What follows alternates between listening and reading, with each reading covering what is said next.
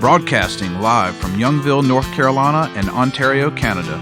This is Got Mead Live, a weekly show where Vicky Rowe and AJ Aramutz bring you the mead news, meadery info, and mead making discussions from all over, talking with mead makers, mead owners, industry mavens, and influencers. This is Got Mead Live, a weekly podcast about mead and the people who love it and where the mead world is going. And now here are your hosts, Got Mead owner Vicky Rowe and mead and wine maker AJ Aramutz.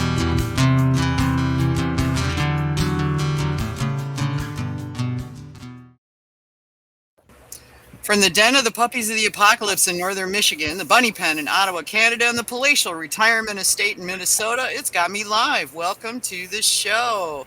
Tonight our guest is Carlos Herrera. He's owner of Texas Longhouse Meadery and the new president of the Texas Mead Association. So we'll be chit-chatting about all kind of different things tonight. I want to say thanks to all the folks who renewed or signed up for Got Mead patron memberships over the last couple of weeks. You are appreciated. To do the show, we depend on that. That is the only income pretty much that Got Mead's got to pay for all the things they request us to give them money for. So we appreciate you, supporting us like that.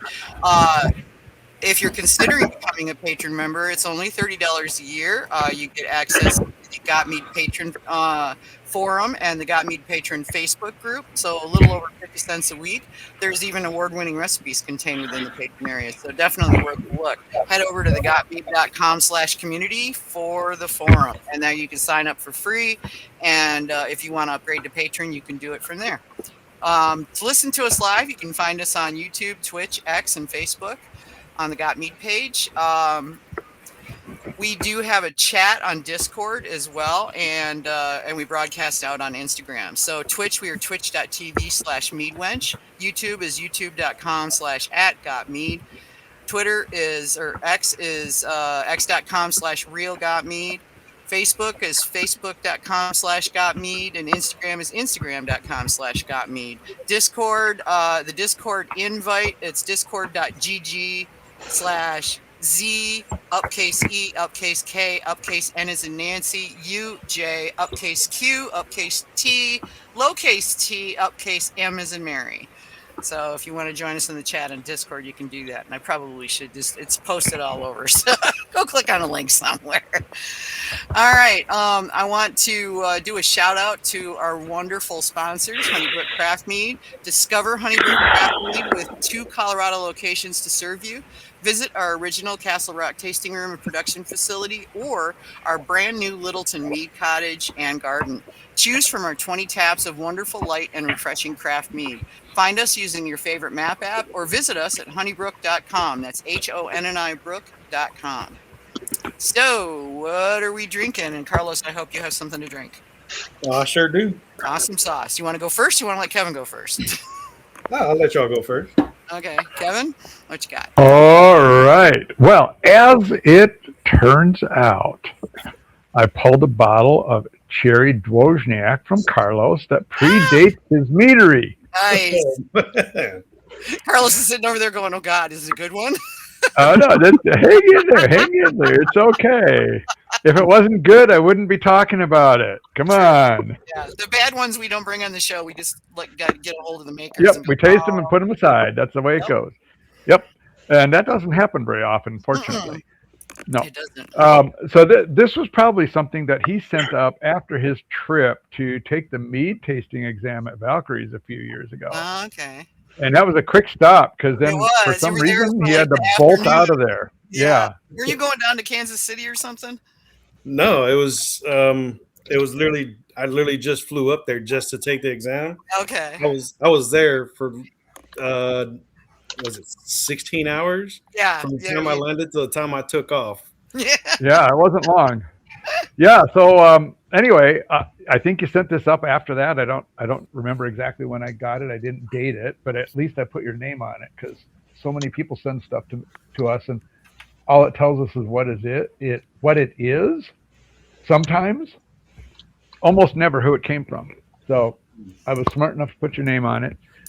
This one has nice, rich aromas of toffee and cooked cherries and alcohol with some overtones of toasted oak. Sweetness is medium high with a tawny port character, layered in with cherry, toffee, and oaky woodiness, and a little vanilla in the finish. Alcohol is clearly pleasant and warming, but not hot or fusel, making this a very nice fireside sipper to be enjoyed in moderation. And I don't know if moderation is the name of the game tonight. It's a 375 milliliter bottle, and I'm already halfway through it. So I think I'm going to finish this. Just go ahead and finish it. Yeah, you don't want it to like possibly go bad or something. No, exactly. I'm going to enjoy it. Thank you.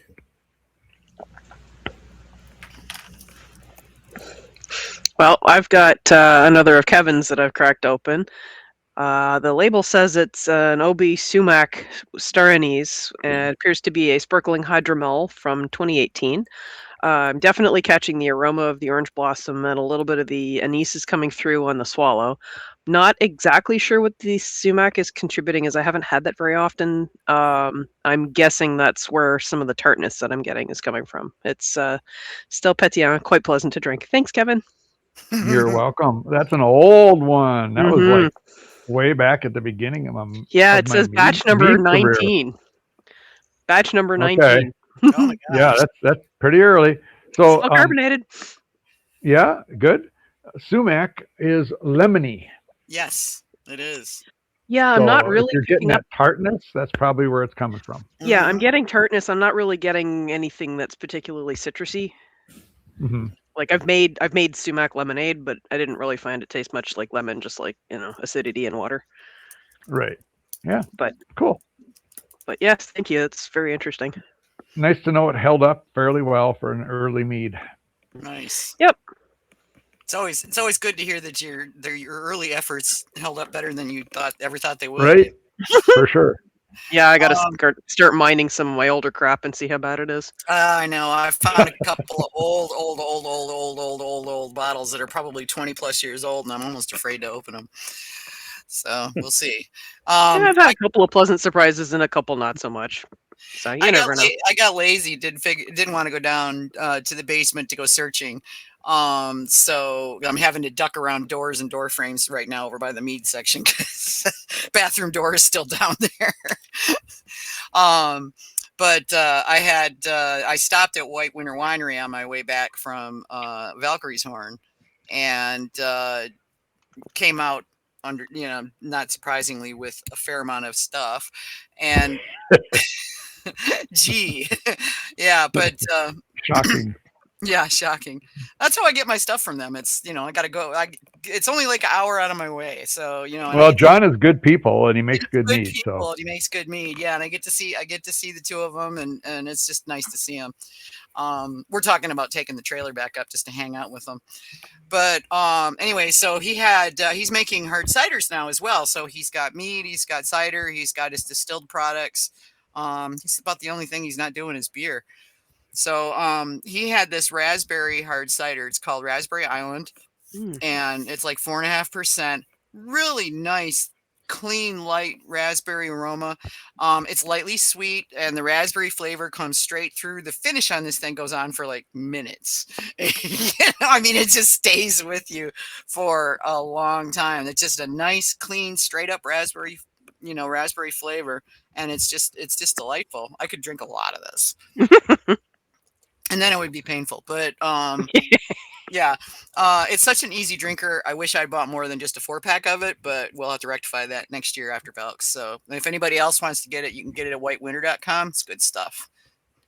All right, Carlos, you're up. All right. I prefer dry and off dry meads. I like semi-sweet, but today I'm going with the Brimminghorn Golden Tears. So I like dry that. traditional. That's a good one.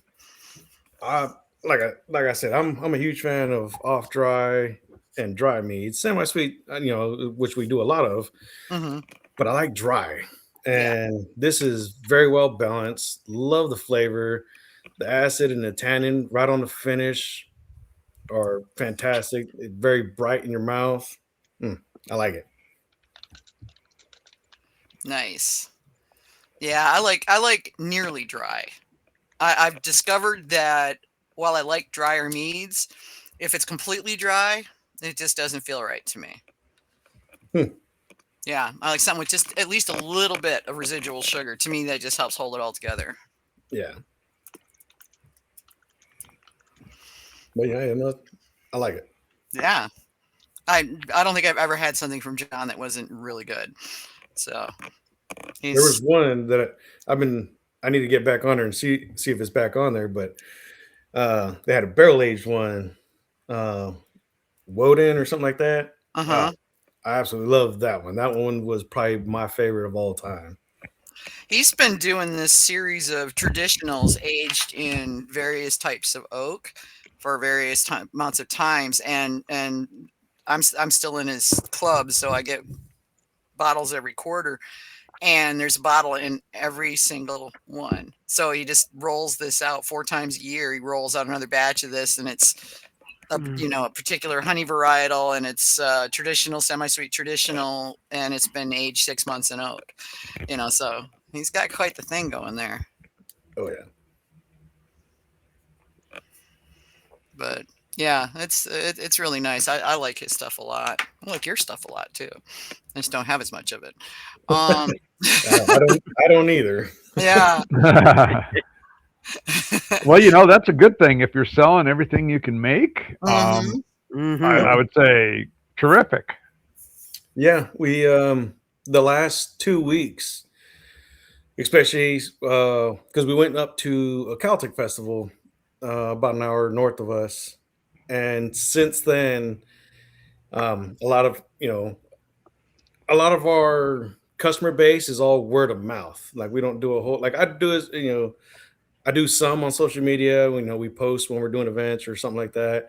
But really, a lot of the people that come into the meadery are all from word of mouth. And so after the Celtic Festival, those last 2 weeks, we've gone through more mead in the last 2 weeks than we normally do in a month. Wow, that's awesome. So, go ahead. What does that do to your mead making schedule? Because I think your batch sizes are still reasonably small, right?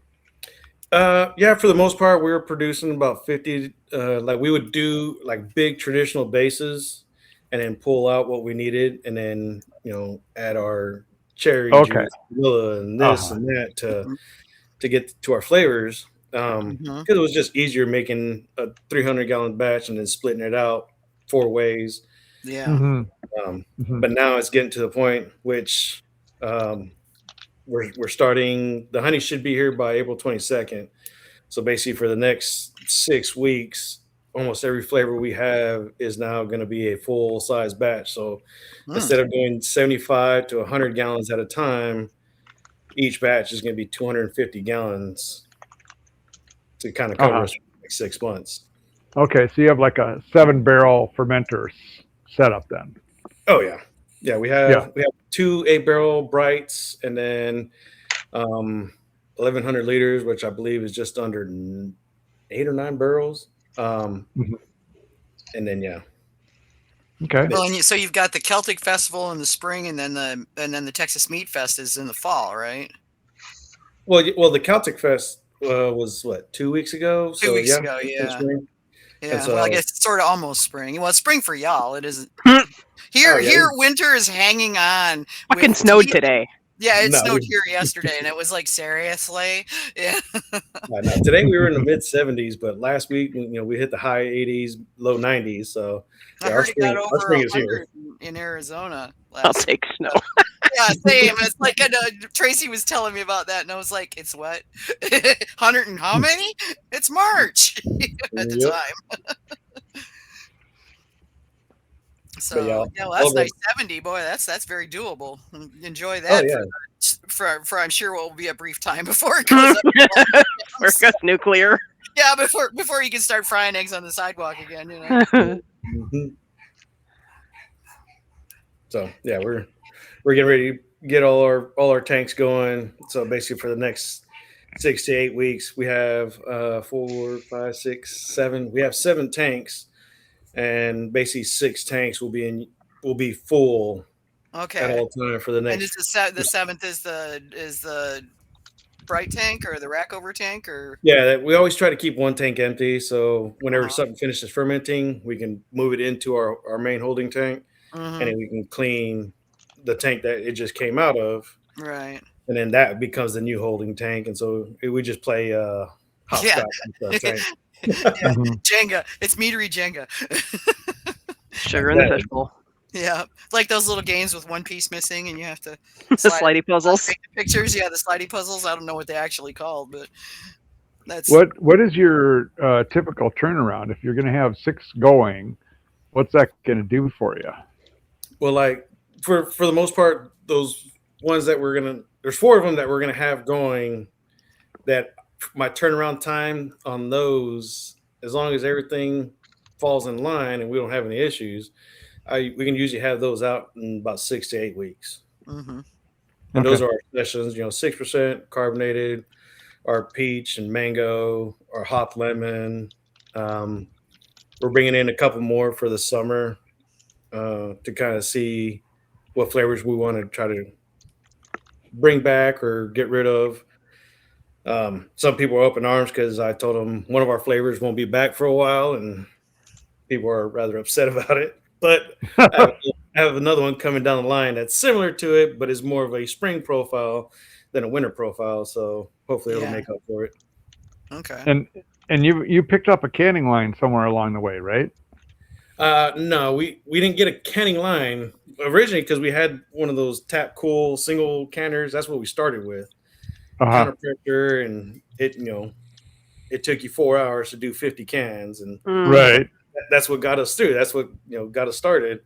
Now we're running a dual head counter pressure filler, and we run through about 300 cans an hour now. Okay, and you're actually doing that canning, not bottling. Well, we do both. If it's carbonated, unless it's our like higher specialty meads for like the summer, we have like a pina colada, a Ooh. mojito, a Moscow Mule. Okay, I want those. Well, we're also lake people, so like stuff like that, we want to take to the lake with us. So we put them in cans Put 'em because in we're cans. Yeah. like, if we move the trees out the way, the lake is right there. Nice. So it's nice. But so we get a lot of people in for the lake, and so like those flavors we put in cans, even though they're not carbonated, except for the I guess Moscow Mule and the mojito are, but Okay. our pina colada isn't.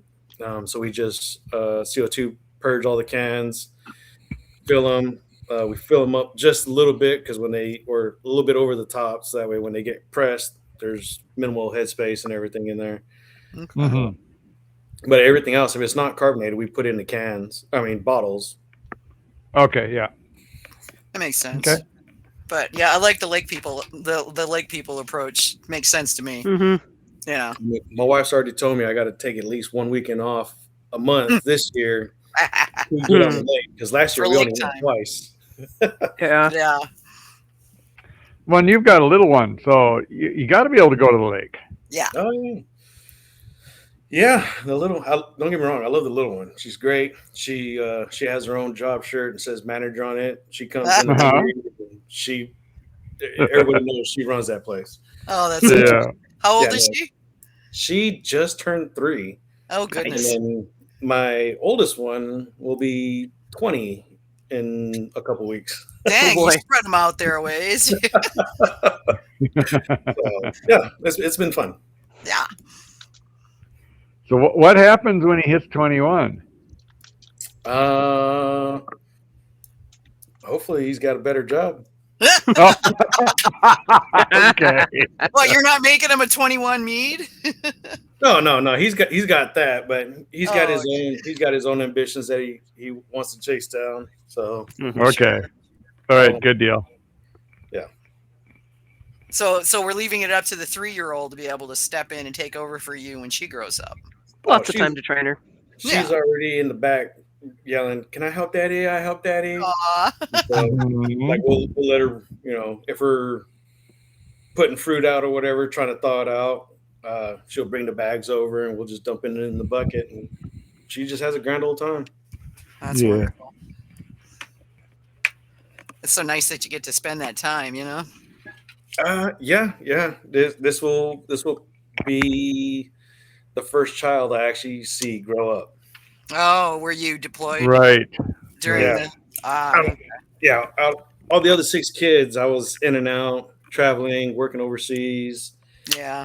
military, everything like that. Or I was working EMS when I was a paramedic. Which has cookie hours and yeah. Mhm. So this one I actually get to see grow up, That's nice. and do everything for her, and it's nice to finally settle down. Yeah. Yeah, I'll bet. Well, she'll be doing a "Can I help, Daddy?" after you get your back fixed later. Oh yeah. Well, she can bring you mead while you're recuperating. There you go. Yeah. Depends on what painkillers you're on, though.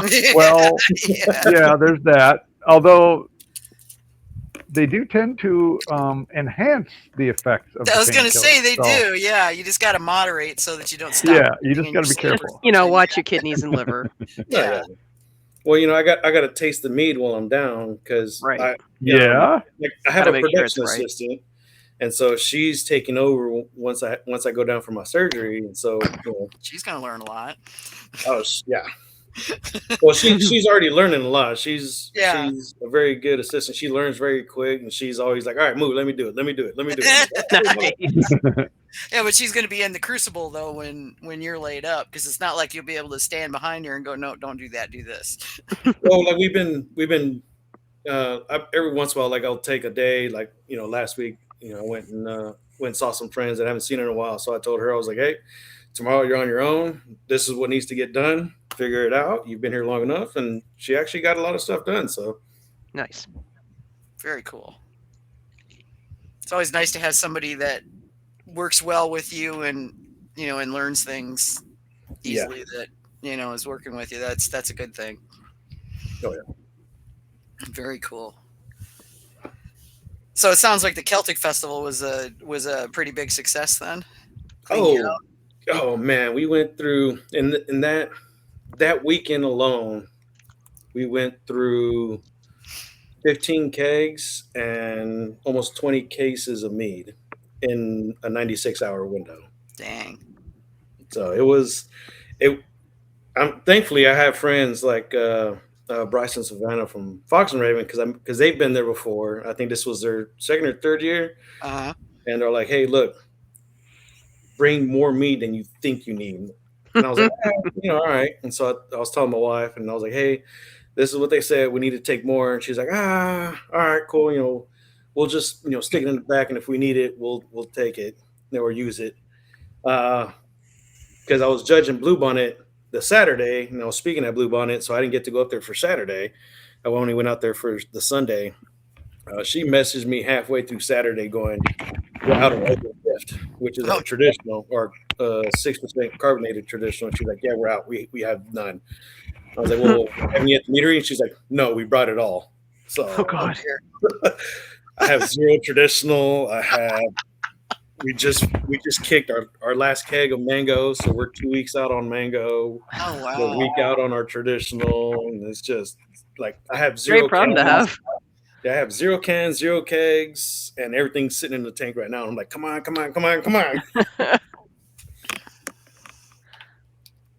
We were gonna. Here's something that I've seen done at small festivals, which would probably work there too. Is if you're kind of low on inventory for something that you think is a little special, you put up a sign that says, "We're going to release or open this up at 12 noon or at 2 p.m. or 3 p.m." Right?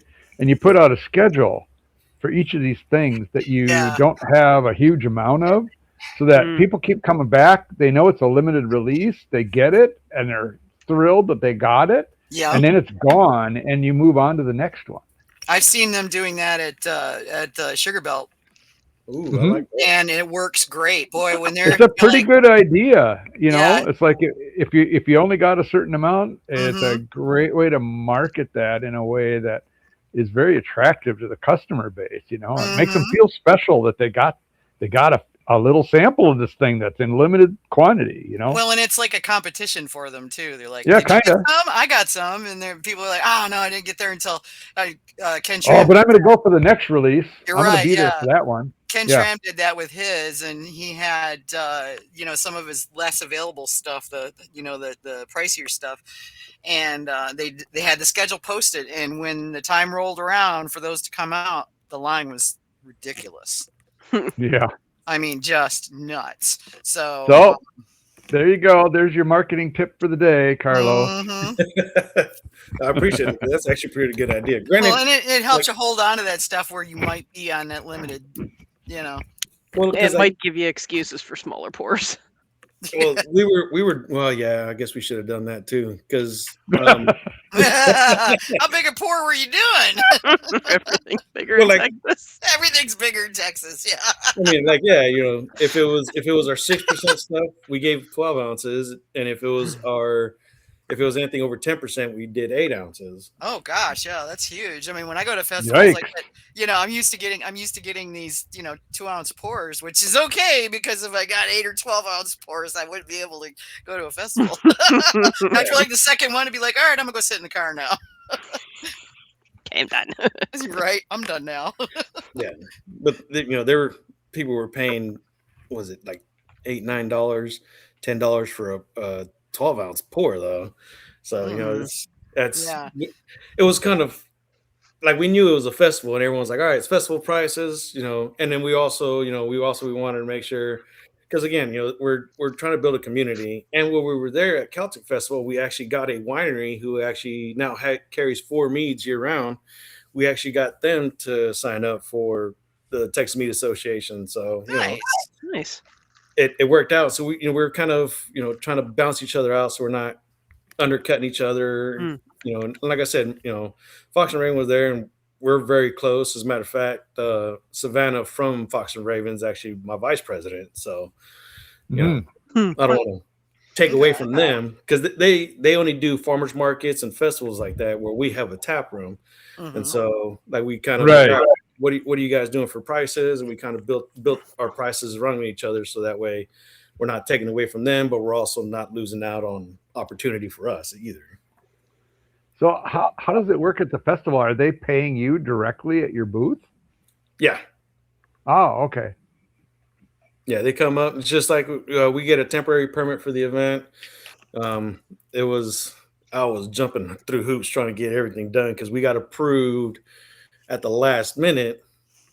And I thought we weren't going to get it because like, oh yeah, if you don't hear anything from this date, you can consider it that you didn't get approved, and we'll move you to next year. And the date came, and I was like, well, I guess I didn't hear anything. And it was like 4:00 in the evening when we got the approval. And I was like, and they're like, oh, by the way, we got to have this information submitted. And so I was having to jump through hoops getting our temporary permit because we were at the 14-day window already, because at 2 weeks, our temporary permit's free. And then the closer you get to the event, the more you got to pay. If it's 24 hours, it's a $3,000 permit. And I'm like, yeah, no, we're getting this done right away. So, trying to get a hold of everybody to get the letters and maps and everything I need to submit. And it was a good time though. Good. And it sounds like it made you some money, so that's awesome. And we hear occasionally from a lot of these small meaderies that do festivals and things like that those are really the big money makers for them, which is really cool. Oh yeah. And like I said, that's for like Fox and Raven, it was a huge turnout for them. It was a great turnout for us as well. And we kept pointing, people would walk by like, oh, there's mead. And then keep walking down like, oh, wait, there's more mead. And so people back to the other booth because we were there. Are your booths close together? Yeah, we were, I'd say 12 feet apart. Oh, wow. Okay, that is close. Yeah. With the winery between us. Mm-hmm. Nice. So the winery. Yeah, it's sort of like quick serve food restaurants, right? They cluster together, and it's actually good for all of them. Sounds stupid, but it actually works. Mm-hmm. Yeah. That way, if not everybody wants to go to the same place, everyone's got options. They got options, but they're all located in the same area, so it really works. I mean, Yeah. I've poured mead That's at great. beer fests before, and that's always an interesting endeavor. Mm-hmm. Oh, yeah. Rampaging crowds of people who probably should have stopped drinking a couple of hours ago. Yeah. Well, that was going to be my next question, actually, because if they're paying you directly for pours, are you getting a lot of people by the end of the day that are really, really sloshed, or what? How does that work? Surprisingly, no. Like they were also serving beer there as well, but the beer Uh-huh. tent was at their pub, what they called it their pub, which was further down by the stage. And we were up in the back, almost like in the lawn area. Oh, And okay. yeah, but it was nice because up there was the wind, except for the sun got brutal. Everyone's trying to huddle under the shade. 'Cause Yeah.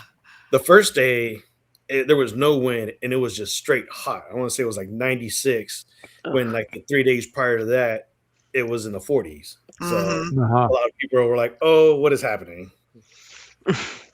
So probably marketing tip number 2 would be bring another pop-up shelter and put it in front of your booth for shade. Mm-hmm. Mhm. You'll have all these people clustered under there for an hour buying mead from you to be in the Just to shade. stay out of the sun.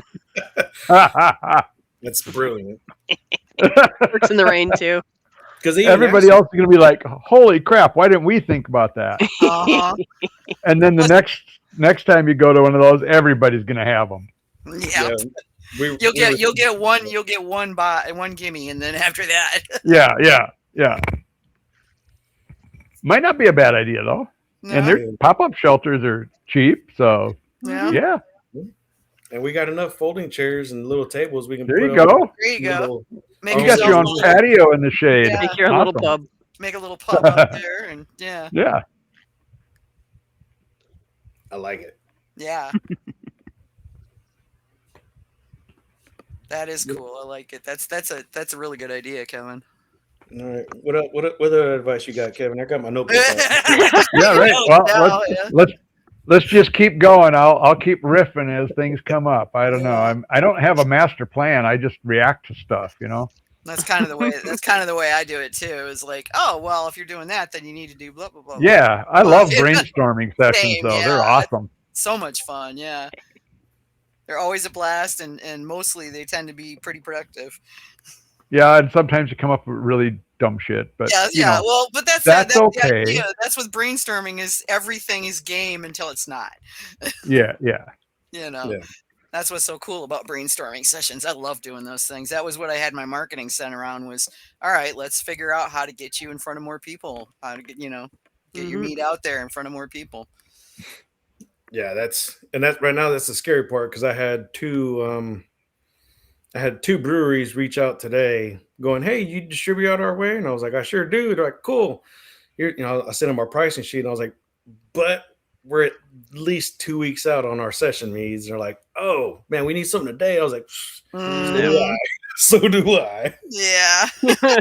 That's the downside is you get to those stress points where you need to expand, but for production and stuff, but there's that's money, and meanwhile you're selling your stuff as fast as you can make it, and and it's just like it's like a perfect storm, and you have to figure out a way to get through to the other side to get that additional thing. My prediction is that you'll have at least one more tank by the end of the year, maybe two. I don't have the space. We're literally having to go up with shelves because we can't go out anymore. Oh, okay. Granted, if we dolly the honey barrels in or get the forklift in on brew days, then we might be able to get 2 more tanks in. But right now, we have 5 honey barrels that sit in front of our mixing tank that are there pretty much all the time because we order our honey by the barrels. And so if it's not in use and it's in our storehouse across the lot from us, but when we need it, it sits in front of our mixing tank. It's just trying to move 600 pounds willingly. Yeah. Not that easy. Yeah. Right. Yeah. So, question from the forum or the chat here is, what were you serving from? Meaning, jockey box, bottles, cans at the festival. How were you doing that?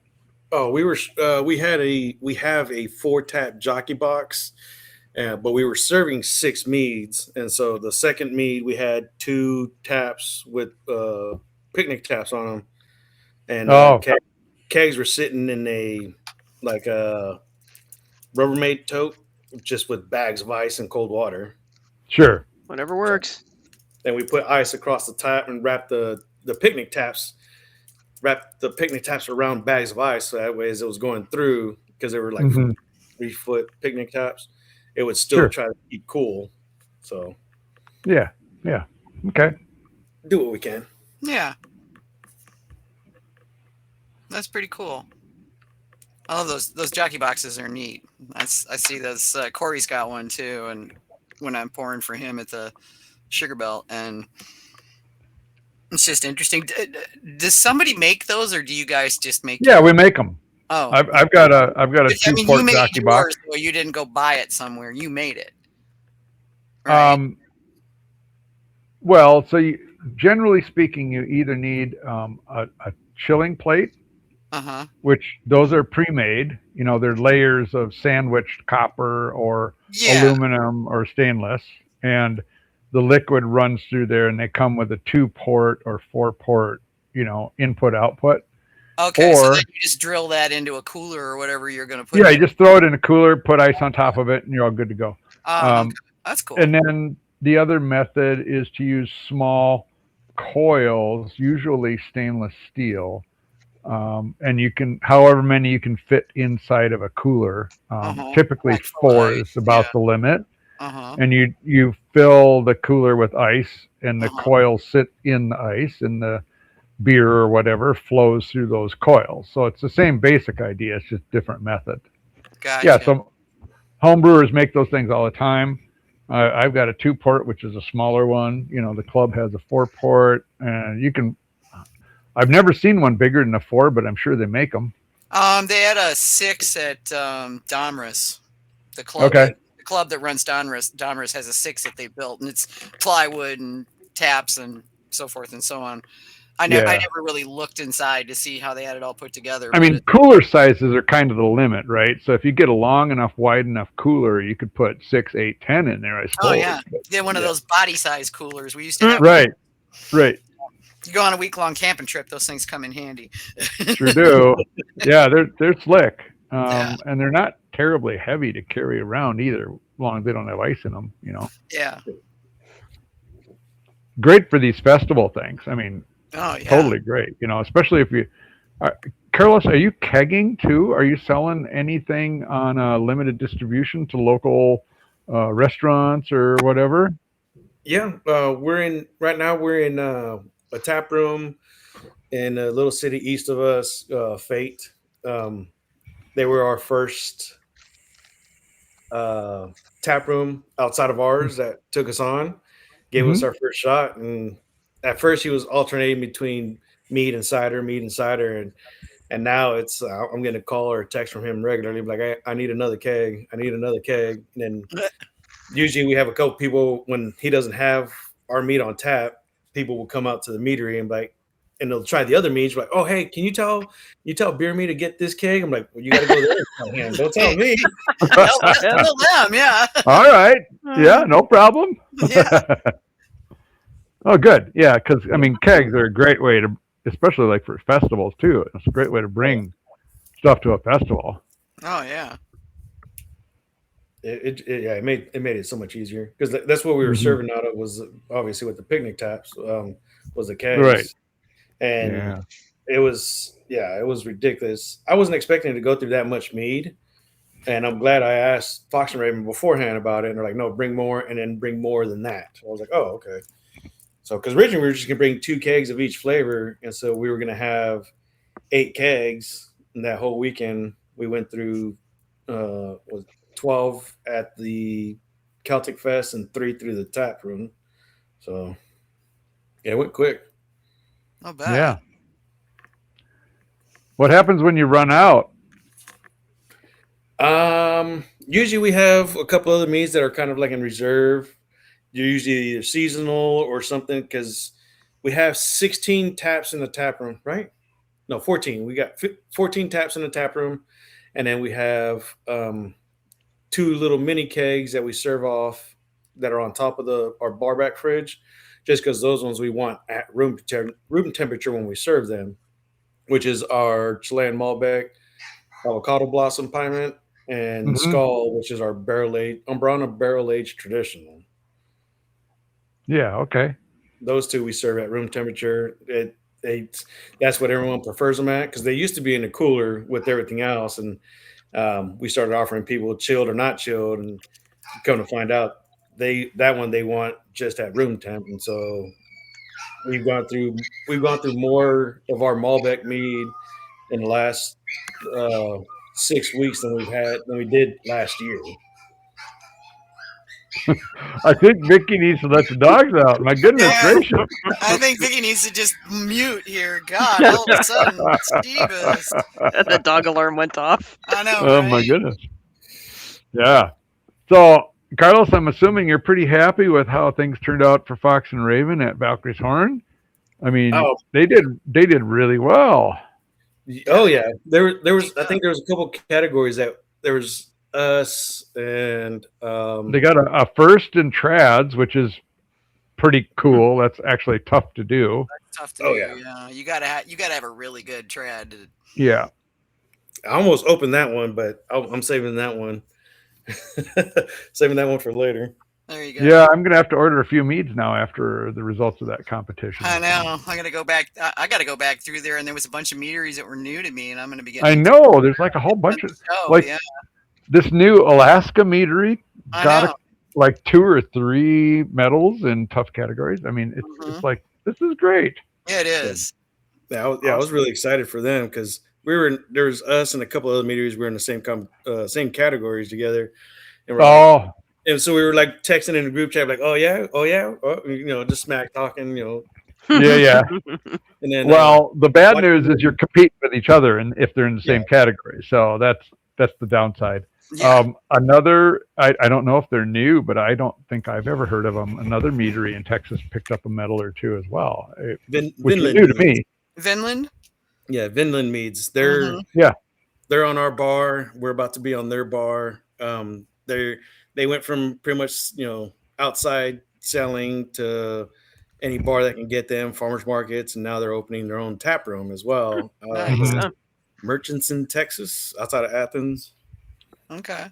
So yeah, I'm excited for them. They won a lot, and so I was obviously I'm competitive. I was like, all right, I've won a lot of awards with these meads to see how they do against everybody else, and I got some really good scores, but Texas Longhouse Meadery wasn't called, and I was like, man.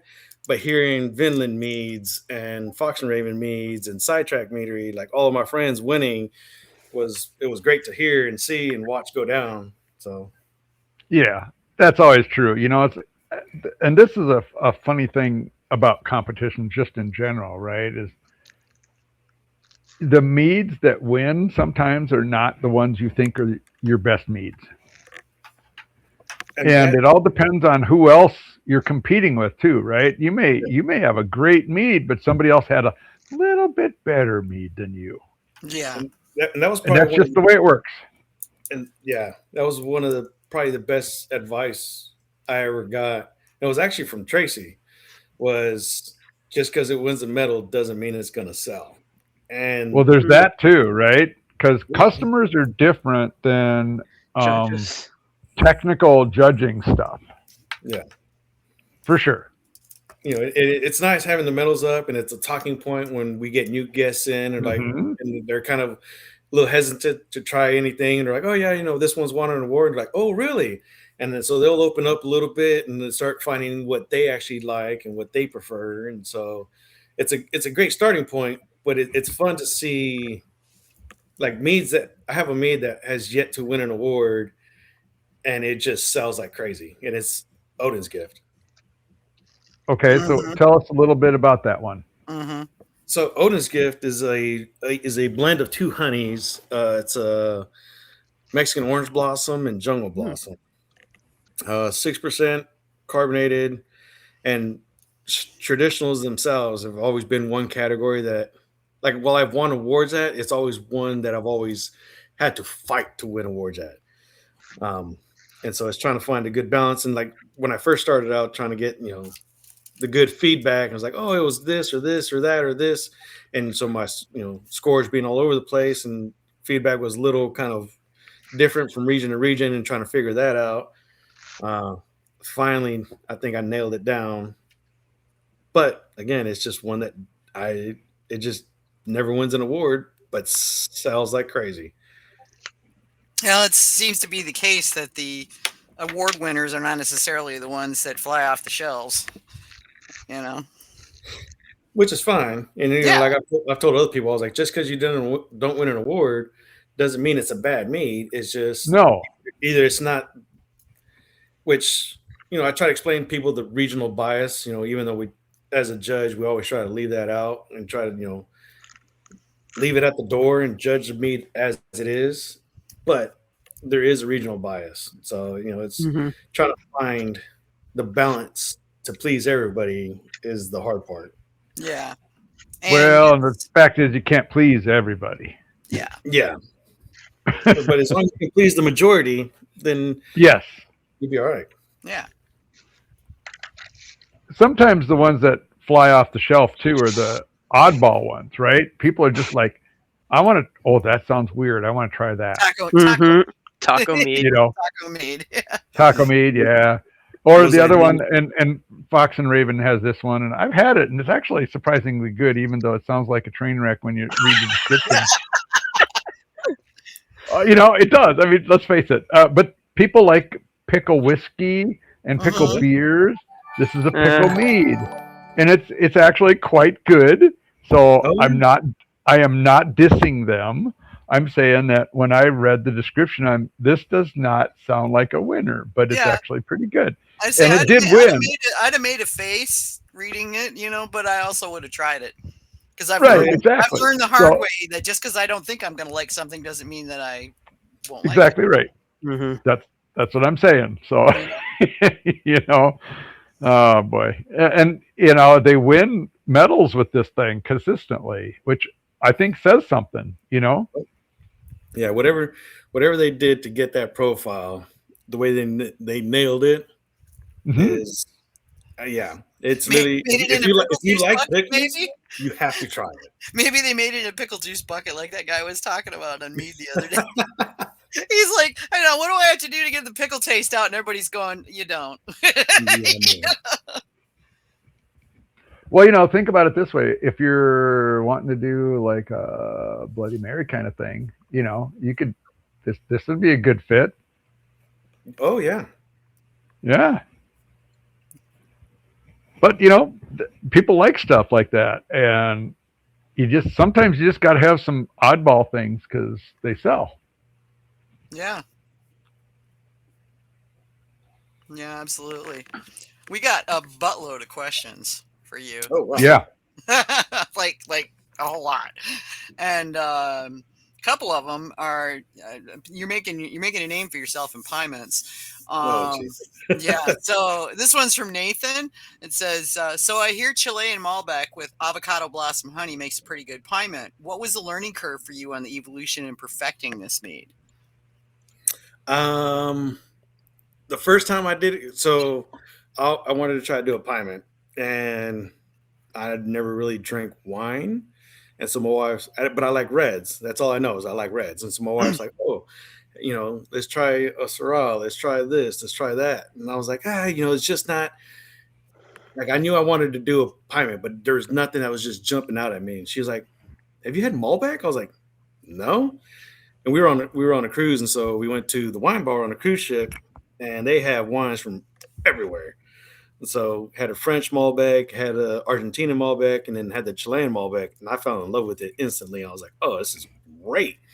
Sipping on it. And I'm that oddball that I can pair honeys that I've used with flavors that I'm trying. And so when I was trying the Malbec, I was like, oh, this would be great with avocado blossom. I don't know why. it sounded like it would be great with it. So I came home, got the grapes, made it, sent it off to competition, make some tweaks, and then like it was we aged it on oak because most Malbecs are aged on oak, and so I just aged it on Hungarian oak. I was like, yeah, this will be great. And then, like you were saying earlier, I wanted something with a little bit of perceived sweetness. Mm-hmm. And anytime I use Hungarian oak, I get a perceived sweetness, no matter how dry it is. Mm-hmm. And so I was like, oh, let's try this. And so I tried it with Hungarian oak, and it was better, but it was still missing that oaky profile. Even though it's already tannic heavy, it's fermented on the grape skins, already aged on one oak, and I'm like, all right, it's still missing something. So I actually started playing with the ratios of Hungarian and American oak until I found the balance that I like. And so it's HLM Malbec avocado blossom that's aged on a blend of American and Hungarian oak. Okay. And it will stain stainless steel. Now you got to throw a little Aberana in there and get that gingerbread spice note Oh going. gosh, yeah. Ooh.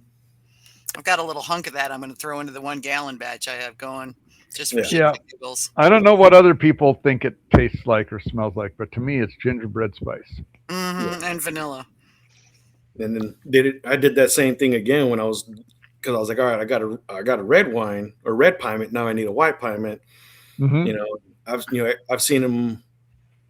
I've seen other meaderies. Oh, it's our, traditional Chardonnay piment. It's our this piment. It's our that piment. And so I was trying to find something different, find something unique. And then I tried a Viognier, and I was like, oh, was it? I think it was like a month or two before that.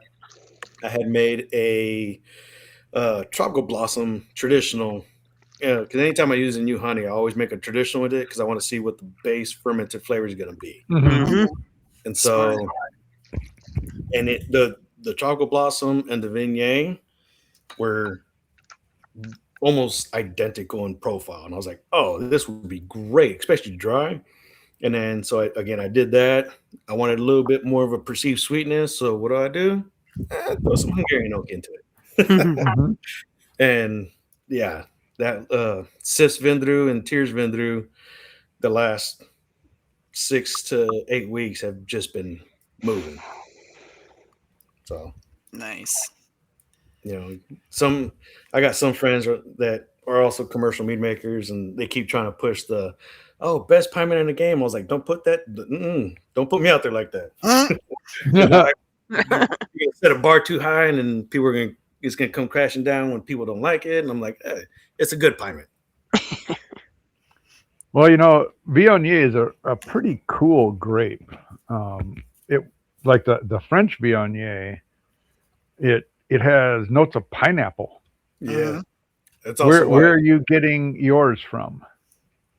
Wow, man, I gotta pull them. What was the last? Grapes Direct was the last time I got the Viognier grapes, and I want to say they're a French Viognier as well. But that's also the same reason I use like BA11 for that. Mm-hmm. Push that tropical pineapple profile. Right. Yeah, I mean, a good Viognier should have pineapple notes in it. There's no doubt about it. Yeah. So BA11 is my friend for that one. Yeah. Mm-hmm. Well, and it's funny. Bradley also had a piment question. And he says, you do a lot of very nice piments. What's your approach on building piments? Honey first or grape first? And how do you marry them when working with less popular grapes, such as the Viognier piment? Yeah. Like I said earlier, it was just, I tried it. Usually I try to stick true to style. Don't get me wrong. I support I want that honey character profile, but when I make the piment, I found that people don't like the honey profile that when it's a little bit forward of the grape. And so I push the grape forward and then make the honey a supporting character. So I do the grape first and find the honey that's going to pair with it. So are you co-fermenting with the grapes, or are you Yes. making a trad, making the wine and blending? No. We co-ferment with the grape skins, except for the Viognier, it's just the grape juice. But right. Well, it's a white, so that makes sense. Yeah. But no, for the reds, we throw the skins in and everything. Yeah, I'm a big fan of skins. I mean, when I made my pie mint, I started with juice. I had gotten a 5-gallon container of grape juice, and well, 2 actually. So I got one of Chamberlain and or Chamberson and one of Merlot, and it was, and then I was like, well, crap, I need skins. So I ended up buying a bag of skins online, which I thought that was really interesting that you could do that. It was a lot easier than I was afraid it was going to be. I figured you'd be like, how am I going to get it? I have to call up these grape guys and go, look, could you dig in the trash and get me a bunch of skins? Now, did they give you the dried grape skins or were they wet? No, they were wet, and they were in like a thick plastic Yeah. flat pack, with like some liquid in there so that they stayed wet. Yeah. And so I just took them out, and I wasn't sure what the liquid was, so I drained that away and then used the grape skins, and it worked out great. Nice. Yeah.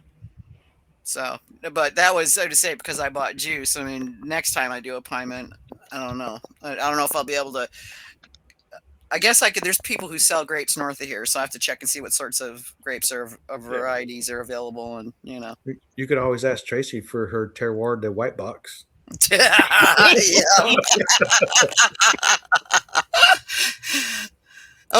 Christian's asking, what yeast did you settle on for Tears? Tears, we use BM 4x4 or 4x4. However you want to do it. I like BM. That's what I used in mine. I like it. It's good. It's a good yeast for pie mints, in my opinion. But it's super, super oxygen heavy. And so I find, especially with our bigger batches, anytime we use BM 4x4, we have to pump it over the first couple of days to get as much oxygen into it, or it starts to stress itself out. So, as much as I love that one is a lot of work and a lot of cleaning, because especially when you're using the pump, you got to disassemble the whole pump, get it clean, because you're pumping over live yeast. And all right, we got to go filter our dry trad over here real quick. And, oh crap! You got to make sure if one pump's in use, you got to make sure the other one's clean at all times. So it's fun. Yeah, it is what it is, Yeah. So, yeah, no, that was a good one. I like that. Yeah. I love permits. So, yeah, I do too. I've found a number of really nice ones, and I've started sort of collecting some. I think I'm down to my last couple bottles of my current favorite, so might have to see if he's made more.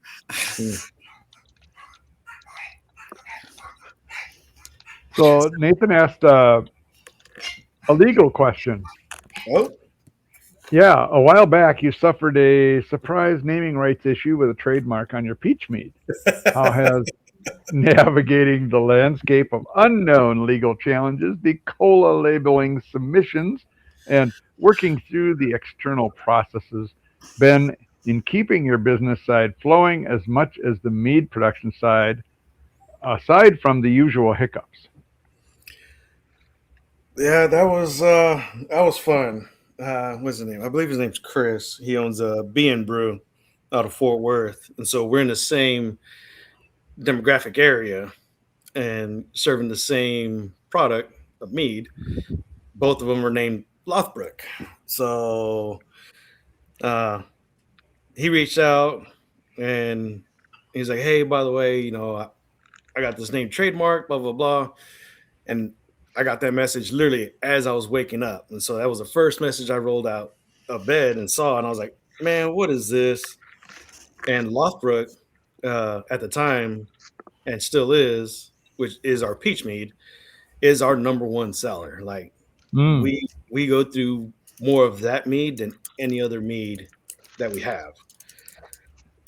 And so I was like, and he was like, all right, you got to change your name. I'm willing to work with you guys. But at the time, like I said, I just woken up and I was like, what is going on?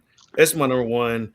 And so I wasn't happy about it. I was rather upset. And I was like, what is, trying to think through the process, wake up, get my caffeine in, and finally sit down. I was like, all right, let me see what's actually going on. And, rubbed the crusties out of my eye and read his whole message. And luckily, he's a cool guy. Him and I have talked several times. Obviously, being the president of the Texas Mead Association, I've dealt with the other meaderies, and so talking to him, he's like, "Hey, look, I understand the whole cola thing, the labels. It sucks. I get it. And so he was really cool. He's like, we'll let you burn through all your labels, but we do have a trademark on it, so obviously we have to rename it. And so kind of sat back. I was like, all right, this is our number one selling mead. How am I gonna change the name and have people support it? And so if you look at our meads, a lot of our meads are all of our meads are Nordic based and have a story to them. And so Lothbrook is our peach mead. Lothbrook actually translates to fuzzy britches. So fuzzy britches, peaches, it makes sense. And so I had to go back through and sit there and think about it. I'm like, all right, what are we going to rename this to? And finally I started thinking back to history and, what am I going to do? Well, we have to get rid of Lothbrook and kill it off. So historically, King Ayla is responsible for killing Ragnar Lothbrook. And so since Ragnar had to die off, we renamed it to King Ayla. Nice. So we played on history, accurate history. We gave the right information, and it actually worked out for us because people supported it. Like, that's actually really cool because you're sharing the history and you're sharing your process. And even though this happened, you made the best situation out of it. So it worked out. But now, anytime we do a name, we always go to the trademark office and type in the name. Try Lessons learned. Different variations of it just to make sure. So. Mm-hmm. But yeah. What else we got? Oh, we got lots. And of course, as customary, these questions tend to be multi-part. No, that's fine. So, yeah. All right. If you were able to go back in time to have a conversation with your pre-commercial meadery self, what would you have advised or done differently in the start of the project and on the execution side of your meadery? That's a good question. If I can go back and give myself advice before I started. Yep. Knowing what I know now, I would try to find somewhere bigger because we just hit our 1 year mark and I've already outgrown our space. Oh, wow. And then when we first started, it was perfect. The floor space was open. It was great. And then people demand more mead, more mead, and more tanks. And like I said, we're literally having to get more shelves and reconfigure our outer walls to put all our shelves on because one, like some of the shelves is like now our keg storage. Our kegs, the amount of kegs we started with versus what we have now is probably 3 times what we started with. And I still don't have enough. That's a great problem. It is, but now I have nowhere to put them. Right. So I mean, shelves is going up. So that's what, Sure. Start with That's something we hear often from people when they start out, Yeah. But I was told start with it's bigger. also financing, right? I mean, when you get your space, it's like, well, this is also what I can afford. Yeah. True. It's if you make a good product and you have other non-biased people telling you make a good product, then I would suggest going into a space a little bit bigger than what you might not be comfortable with, is what I would tell myself, because that's where I'm at right now. Like I love where I'm at. I love my neighbor. The farmers market, we play off of each other a lot with events, and now they're getting their kitchen back up and running, so they're gonna be able to start providing food for the meadery and stuff like that. And so I love where I'm at, but at the same time, there's days where there's people waiting out the door because we don't have seats. So Mm. Well, honestly, what a nice problem to have, because not everybody's able to say that. Yeah. But again, our tap room's we can only sit 35 people at a time. So it's not like our tap room's big, not like you're going to a brewery and you can sit almost 100 people. So Right, but if you got 35 people waiting out the door, I mean, that's pretty awesome, man. Yeah. Mm-hmm. So there's also some days where we only have one person that comes in. So when those days come around, I'm like, oh, thankfully we're here, not somewhere bigger. Yeah. Yeah. But at the same time, if it's somewhere bigger and somewhere with more foot traffic, then I know the business would be there. And then we wouldn't have days with just one person in the tap room. So it's trying to find that balance of what you're comfortable, but also pushing your limits a little bit. Yeah. Mm-hmm. We've got a building in Manistee, which is the closest town of any size. The town I'm closest to is only 600 people, doesn't even have a stoplight. But Manistee's like 8,000 people, 10,000 people, something like that. But there was a really nice little brewery that had opened up, and they took over one of the old Victorian era buildings. So it's like a 3-story tall building, and it's takes up, I don't know, probably a quarter city block. It's good size. And sadly, they didn't make it. They've been there for, I don't know, 6-8 years now, and they just this year they ended up shuttering their doors. I don't know why, they just did. And they had a full kitchen, and so they had a full menu, plus they had, at any given time 10-12 beers on tap, and stuff like that. And it was great. And I'm thinking, it'd be really awesome if a meadery were to buy that building. It's already ready to go, it has everything in it. So, but yeah, I'm not holding my breath or anything. We're not exactly overrun with meaderies in West Michigan. So perfect place to jump in, though. I'm telling you, and the downside of being over here, though, is that we're very seasonal. I mean, we get overrun in the summer when the fudgies come out from downstate. We're covered up in vacationers, but like all summer long. But in the winter, things slow down considerably. So I don't know if that was a factor. It probably was a factor, and for them, that maybe they couldn't handle the swings over multiple years. I really wish I could figure out what that bringing noise on my computer was. I have looked everywhere and shut down every notification I could find. It's somebody sending you money. Yeah, boy, wouldn't that be great? I wish they would. That noise comes from Twitch. Is that Twitch? I haven't even got Twitch open. It's because maybe you have a Twitch bot sending you something. While you hunt for that, Christian in the chat is asking, for the peach mead, do you use whole fruit, juice, or a combination? And do you do anything else to get a brilliant peach flavor? I find most peach meads I've tried kind of fall flat. So this is one of our few meads where, again, because it's our year-round mead, we don't have the ability to get peaches year-round here. So it's one of our few meads that we use like flavorings for. Mm-hmm. And like I know a lot of people are like, yeah, or up against it. But you'd be surprised how if you know how to balance the mead or know how to work with ingredients, you can actually use compounds and purees and stuff like that. Because we use amaretti for our peach. Okay. And just because, again, we go through that so much, but we use a blend of 2 of their peach flavors, and it's.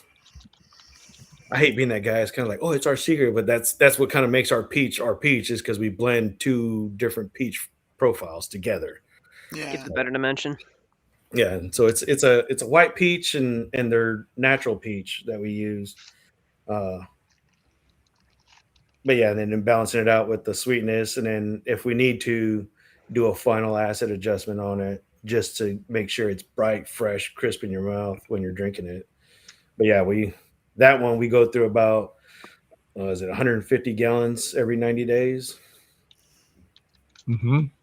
So trying to keep up with that much peach every 90 days is not easy.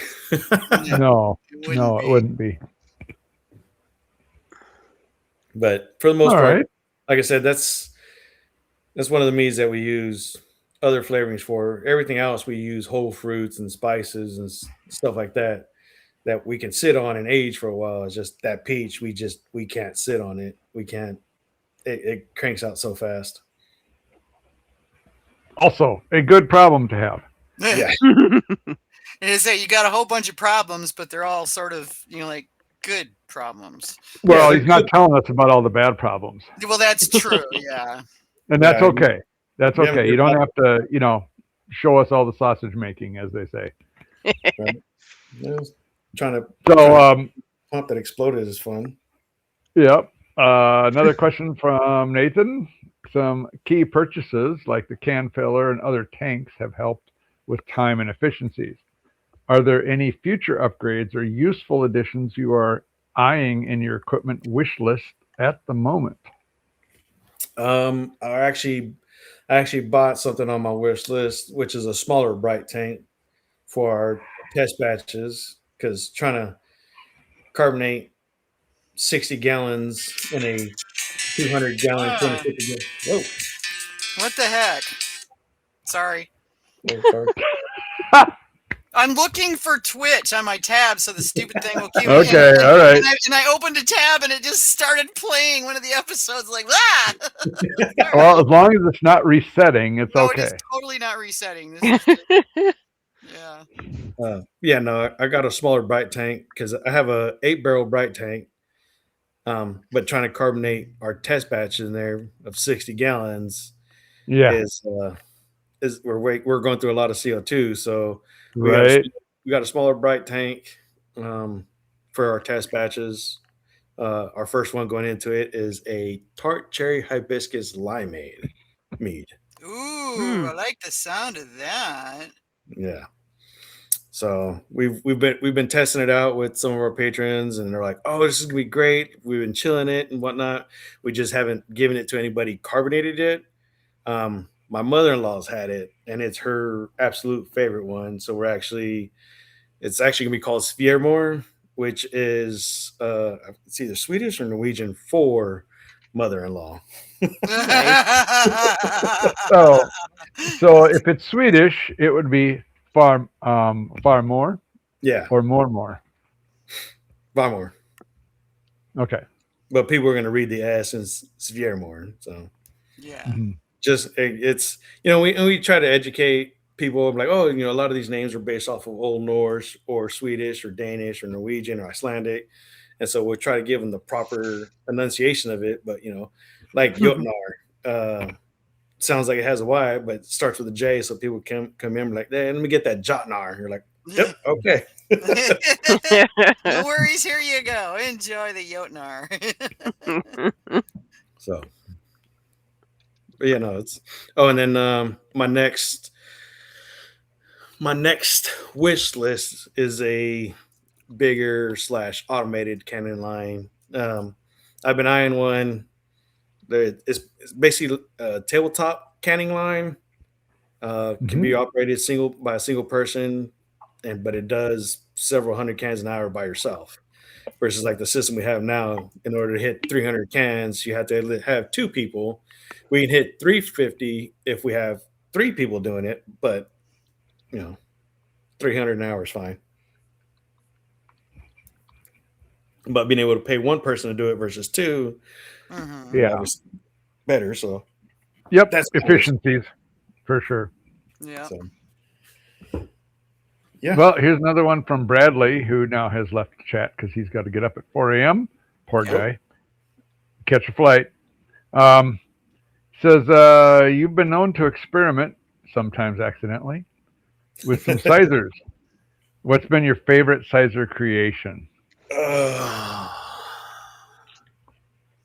It is probably my oak aged sizer, but this was when I was home brewing still. Um, I had one too many test samples while I was cracking and adjusting some meads, and so I was feeling pretty good when I had the bright idea. I was like, oh, I'm gonna put this oak in a mason jar and pour some whiskey or some liquor on it, age it that way. I was like, all right. Well, in my infinite wisdom, I decided that this bottle would be great in there, and so I poured half a bottle of Johnny Walker Blue Label into a mason jar and soaked oat cubes in it and threw it into a sizer a couple weeks later. So I'd say that one was my favorite. It did really well at competition, which is what led to our Edoon's Reserve Mhm. mead, which is a Ambrana barrel aged sizer. Um, room temperature, or when it's chilled, you get more of the Ambrana profile, but when you drink it at room temperature, it tastes like you're drinking apple pie. Nice. So Gotta love that. during the winter, we actually put the bottles in a crock pot and would serve them warm. Mm. People would go sit out on their patio with Eden's Reserve, or like our sizer, or we had an old fashioned mead that we would smoke. And then we had two of our Bouchers, the Nordic and Sukalatiord. We did those warm as well. Okay. Nice. Interesting that you're finding the temperature makes such a difference, because I do that too. Like, I personally don't like chilled meads for the most part, unless if it's fizzy, I'll chill it. But other than that, I prefer pretty much everything at room temperature, except if I'm mulling it. And we've Yeah. actually got mulling irons. Oh, nice. Yeah, Yeah. my You could hear her sometimes. She'd stick the mulling iron in her mead in the middle of the show, and you could hear the sizzle. yeah. I haven't had the fireplace up in a while because the rabbit, but yeah. Man. But yeah, it's really cool to do that, and it's always fascinating to see how many different kinds of mead you can get from one glass of the same stuff, depending on the temperature. Yeah. Oh, yeah. Oh, yeah. Like I said, because our Sukalatiord, which is a caramelized honey, maple syrup, vanilla, and cacao nib, Mm, Nice. so it's like drinking chocolate and maple during the Yeah. winter. yeah. And it's funny watching people learn the difference. I'm like, all right, look, here's it chilled, here's it room temperature, and here's it warmed up slightly, and just seeing the people expression going from one to the next. Like, how do you get more chocolate every time you drink it? And you're like, it's just literally bring the temperatures, and that's how I explain to people. You can adjust profiles just by the way you serve it. You want a stronger, Yeah. darker chocolate, warm it up. If you want a milk chocolate profile, then you keep it chilled. So How it's are nice. you preparing your chocolate / cocoa nibs or whatever it is that you're using there? So we get them coarse ground. Where did we get them from last time? I think Vicky was helping me out before, because didn't you were telling me about, like, you and your daughter were trying these different chocolates from different areas or whatever. Yeah. I mean, they're so different from different areas. I brought home a bunch of stuff from Australia, totally different chocolate than what we get here. And then Yeah. I'm a big fan of Belgian myself, but But like the cacao nibs, I forget what the company's name is. I have it saved on my list of websites that I frequent. Uh-huh. And so it's a Spanish name. I don't remember. It's like COXA something or another, but that's where I get all my cacao nibs from. And so it's all coarse ground. We get them. I like to toast mine, so I get them all untoasted, and I toast them over fire in a pan Mm. to get the profile. And usually I do it by smell, and then I'll take a couple of the cacao nibs and throw them in my mouth, chew on them a little bit. They're bitter as all get out, but it kind of gives you an essence of what that chocolate is going to be like, and then you build it up off of that. Pick the honey that's going to go with it. All right, which kind of vanilla beans? Because trying to learn that as well. Like, I know there's a bunch of different vanilla beans, but trying to pick the right vanilla bean for whatever your end profile is, Hmm. because if you want to lean more towards a chocolate, then obviously you want to go more of like a Congo or Tanzanian. If you're trying to go more of like a lighter, fresher vanilla, Madagascar, Mexican vanilla, Tahitian's really good. But yeah, it's ridiculous. I can go forever on vanilla, cinnamon, oak. So Okay. Another question here was, how is the Madeira barrel project coming along? oh, somebody Man, dug deep. he's That was trying. Bradley, He's trying to be Nathan when he grows up. right? Granted, it's not like you had to dig deep, but I've only mentioned that barrel once or twice. So that is actually getting delivered tomorrow. It's a 70-gallon barrel that we're going to be aging our Dwozniak in. Ah, okay. So that one we're going to be releasing December of 2027 or January of 2028. Okay. So, Okay. Kevin, pretty much what you're drinking now, just imagine with the Madeira barrel. All right. That sounds good. Well, I finished mine, so I'm in good shape right now. Yeah.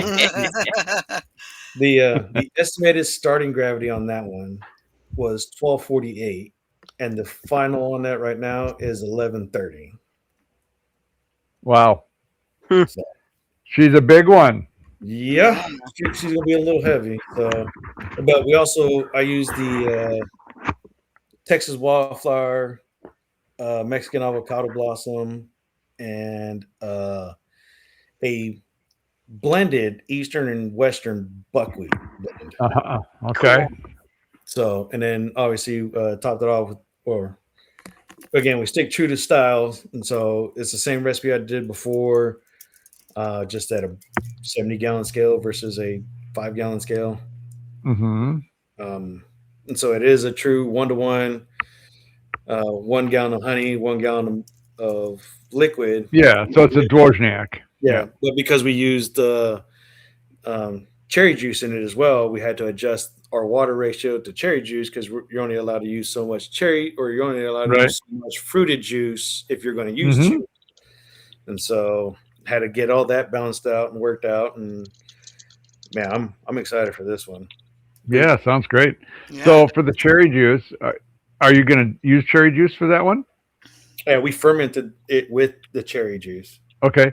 So what is the varietal of cherry that you plan to use? It was a tart cherry. I just remember tart cherry because that's what I keep. Okay, so Montmorency is probably the most common. Yeah, like I know it's Montmorency, and there's another one. Okay, like Balaton. I want to say it starts with a C. A C. At least I think it starts with a C. Okay. I'm trying to think. I've been looking at cherry varietals over the last week or so because I'm buying some cherry trees. Yeah, I've seen one with a C. Either that, or I'm thinking of cranberries. I don't know. We've ordered so much. Chilan? In the last. It possibly a Chilan? CHELAN? I don't that's a sweet. That's a sweet cherry. So never mind. Yeah, no, I don't want to lie to you. Like I said, I can't remember the name of it. I know Montmorency was 75% of it, and the other 25 is technically a blend of like 2 other tart cherries, is what they told me. I just don't remember off the top of my head. Okay, well, that's fine.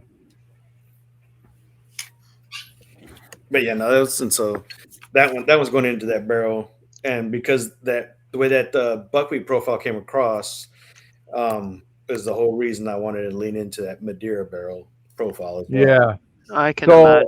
Yeah. For a mead with that kind of starting gravity, what are you using for yeast? Something like Uvafirm BRB or Uvafirm 43, something like that, or what? Yeah, we use Uvafirm 43. Okay.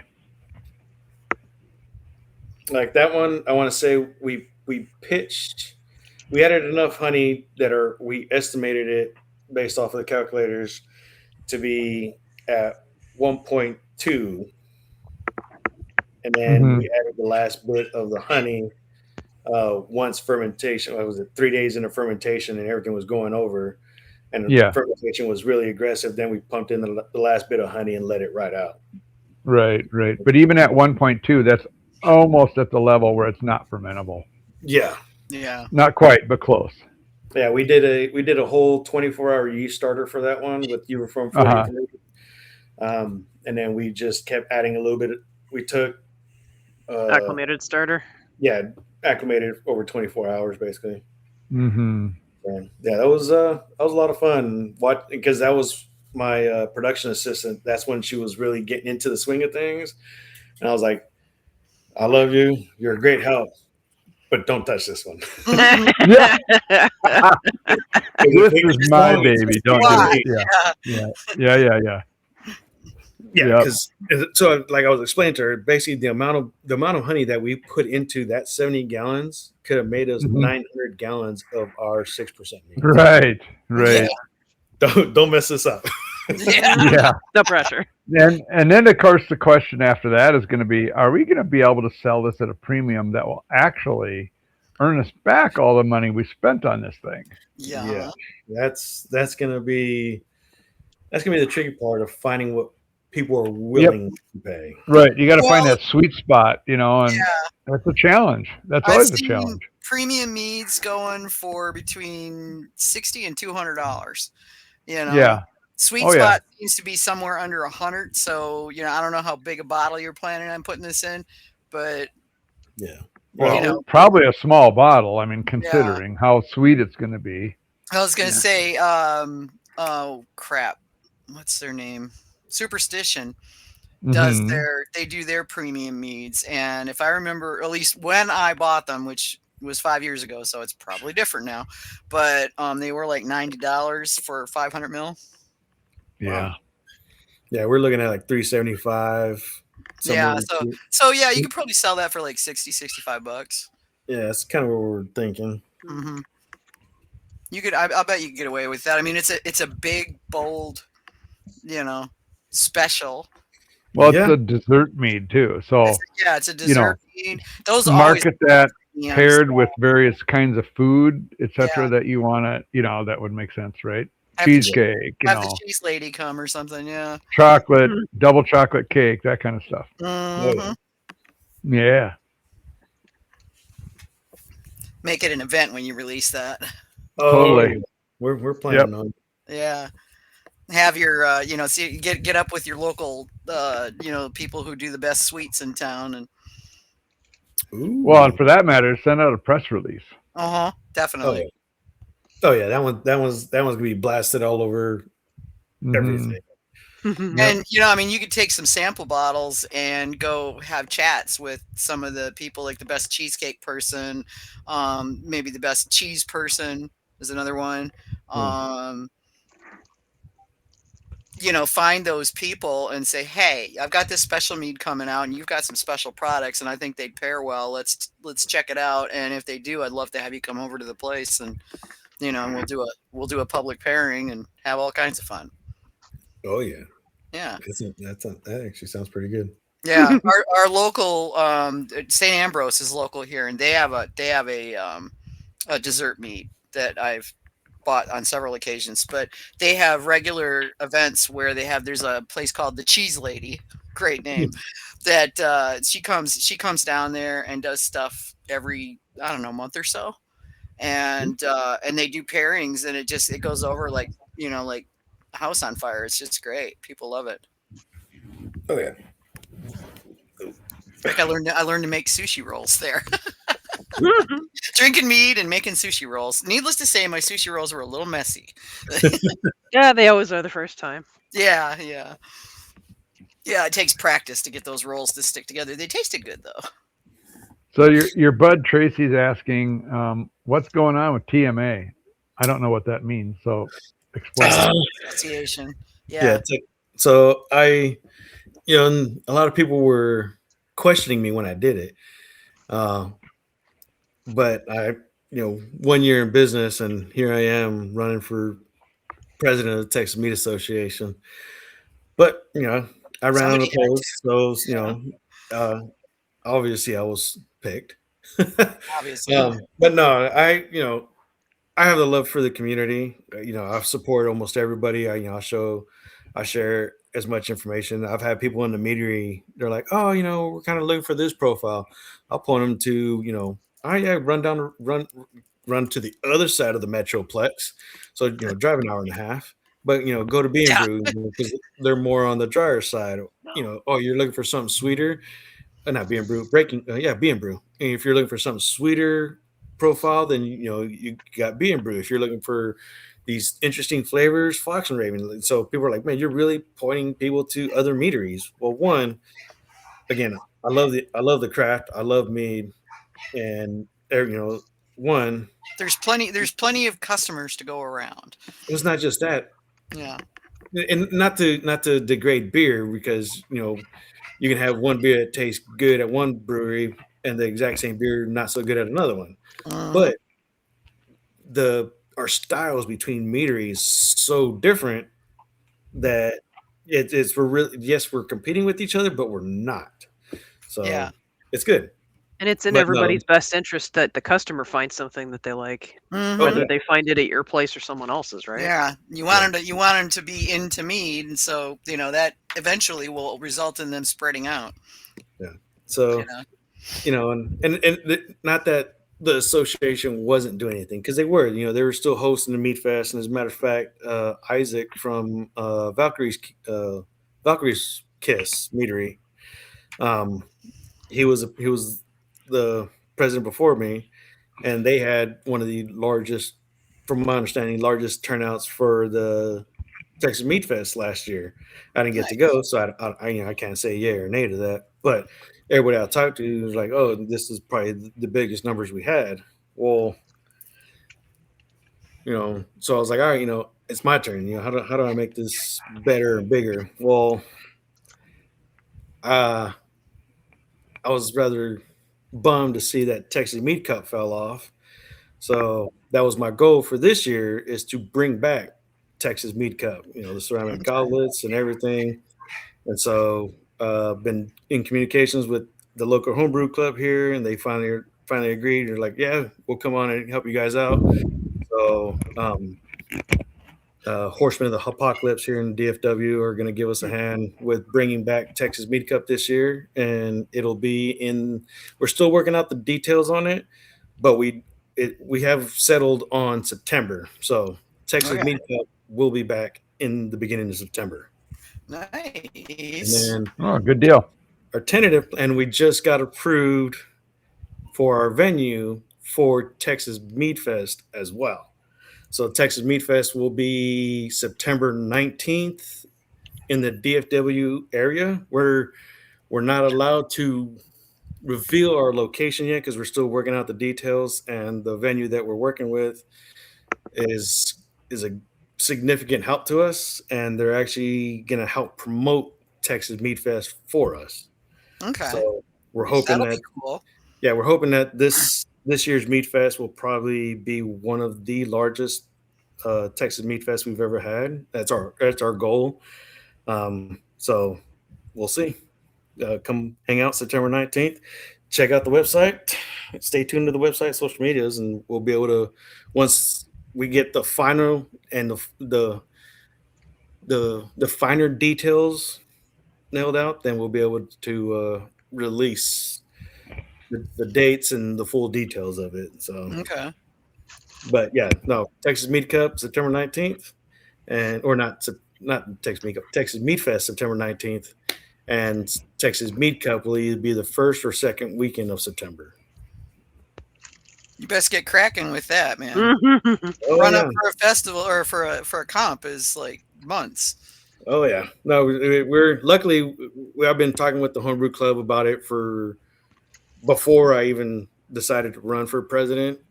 And they're like, yep, we'll give you a hand. At first, it was just like, oh, if the club won't do it, these guys, they're down for it. But I think as a whole, like everyone's on board now. And so, like I said, we've been talking about it for several months, and it's just everything. We're finally getting all the dates and details starting to line up. So for sure, it will be September for both Texas Mead Cup and Texas Mead Fest. Cool. Nice. So we're bringing back the ceramic goblets. That was one thing I was super excited to get when I won mine, and so I wanted to bring that back. I was like, "Heck yeah, let's do this." I've seen pictures of those; they were nice.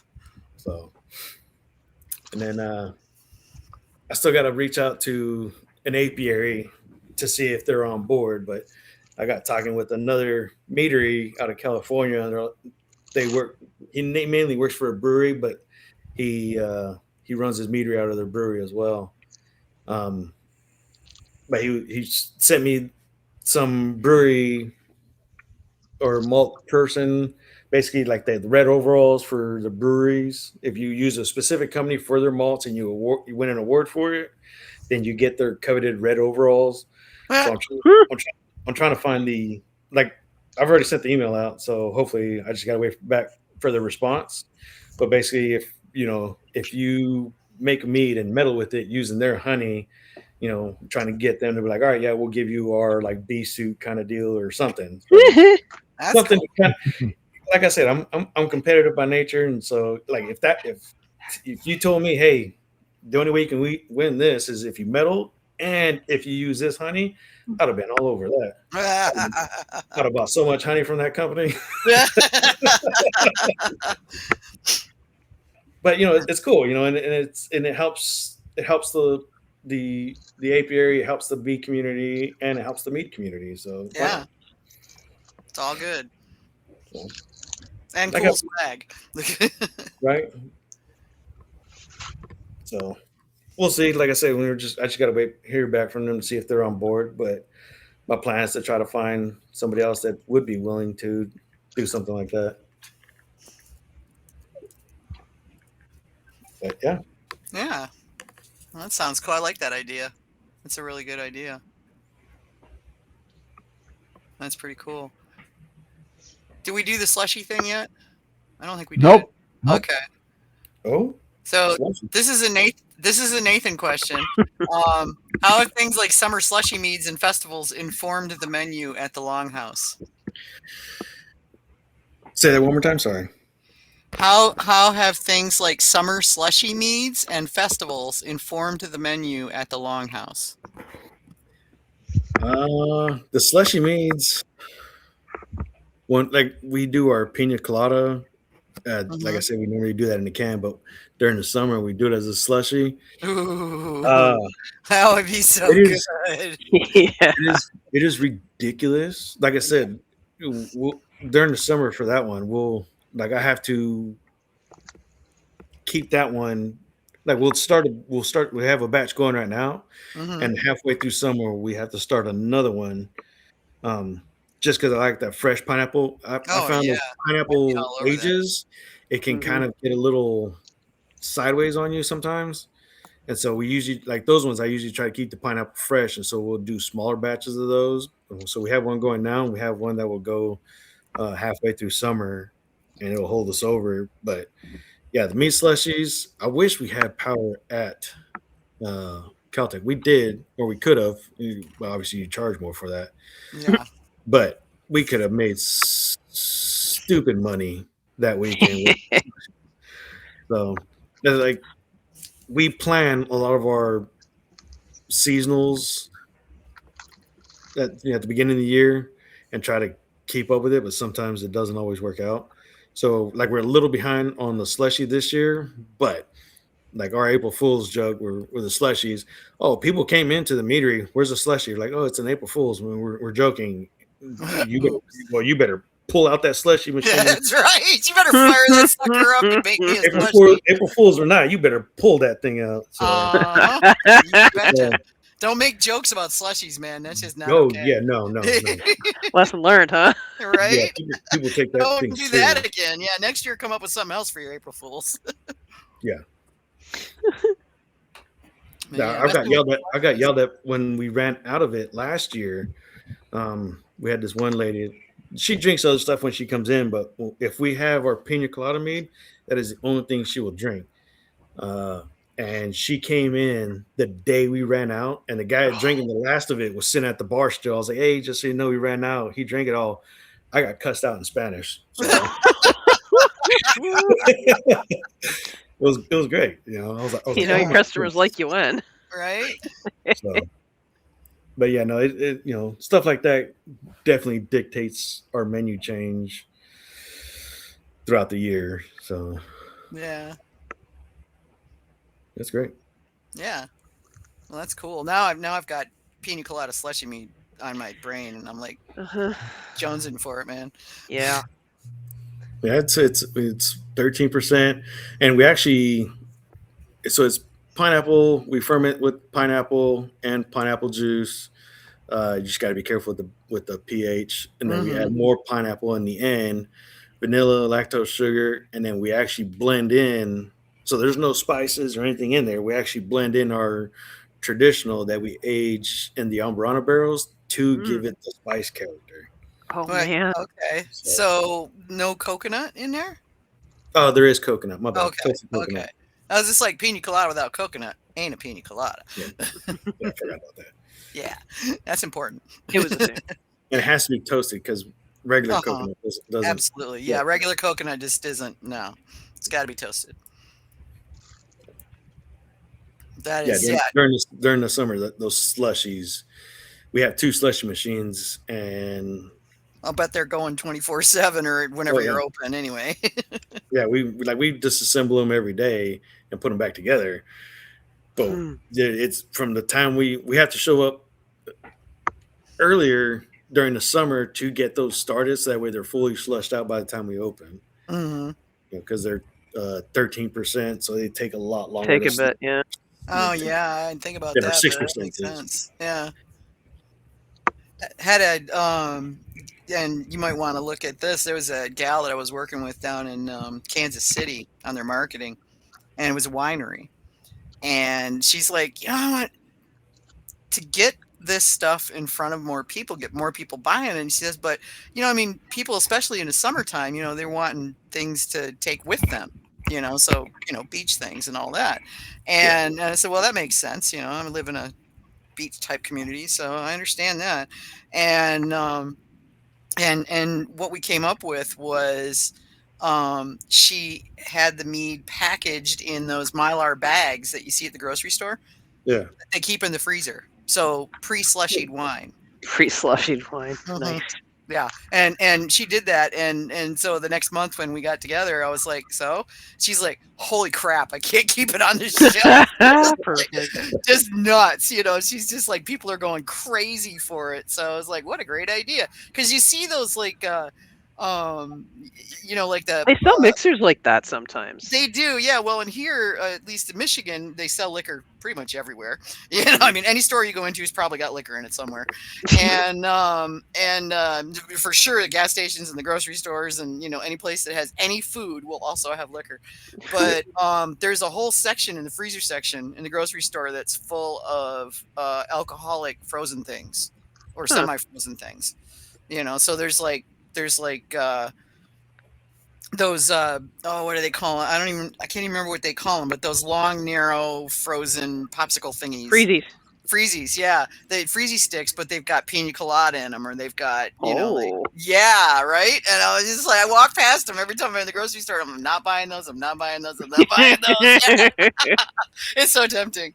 But yeah, you might, you know, I mean, you got the slushy things. I don't know what it takes by way of, you know, by way of the alcohol sales thing to do that kind of thing, but it's worth a look. Shoot, you could put them in those freezy sticks or Mylar bags or whatever, and have your freezer right there, and people could come in and load up. You know. I mean, I could have swore I saw somebody in Canada that had, like, how they have the little milk bags, but they made them had mead, and then they had kind of a similar process. Yeah. There's a meadery here in the States that's selling their mead in bags. Yeah. Yeah. I can't remember who it is, but I remember them talking to him and going, wow, that's a great idea. You know? Yeah, because those you can just Don't stick have to worry in. about bottles breaking. Mm-hmm. Yeah. Yeah. But, you know, pre-slushied mead, you know. It would make opening easier. Yeah, it would. or at least an add on to what you have, and people will be like, well, the slushy's empty. Yeah, but we got that whole cooler over there full of pre-slushied mead. You can have that.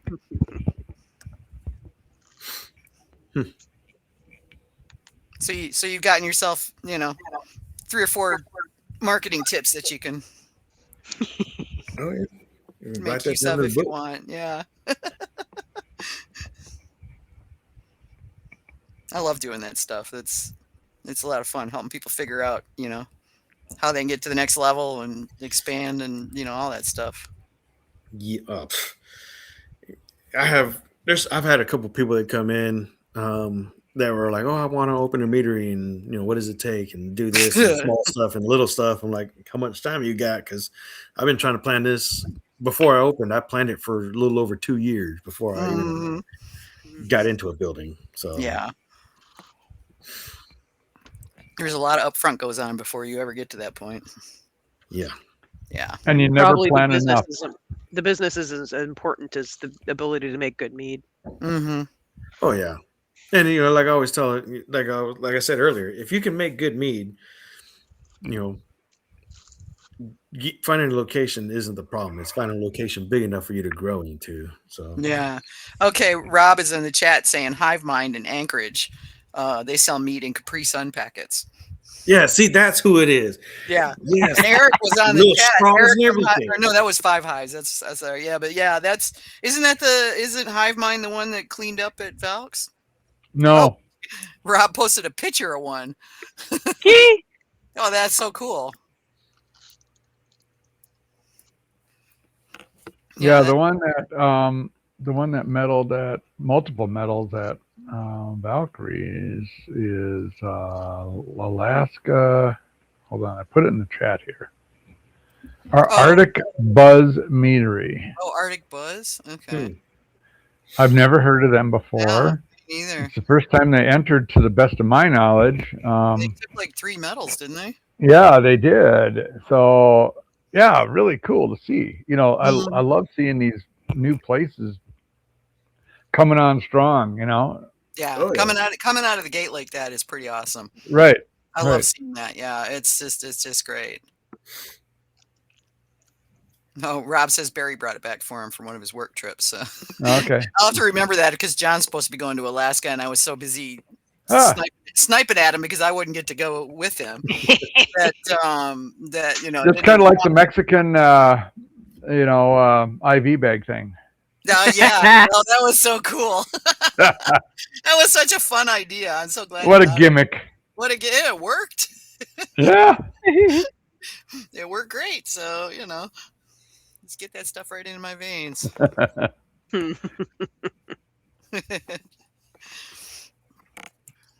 So, what do you got coming up next? You talking about like flavor wise or just in general? Yes. I got a cruise coming up. Yeah, you do some traveling, don't you? Hey, the Viking blood is strong in this guy. So yeah. It was funny because Nathan actually asked a question about that. He said, well, when you aren't being a great dad, a meadery owner, and working on your next longboat, you seem to be a knowledgeable traveler. Where haven't you been yet that you're hoping to enjoy someday? My bucket list place to travel is to Scandinavia. So there's a 12-day Scandinavian cruise. Starts out of Norway, comes around to Sweden, down to Denmark, Belgium, back up to Norway. Or you can get off in Belgium, I believe, and do a river cruise down.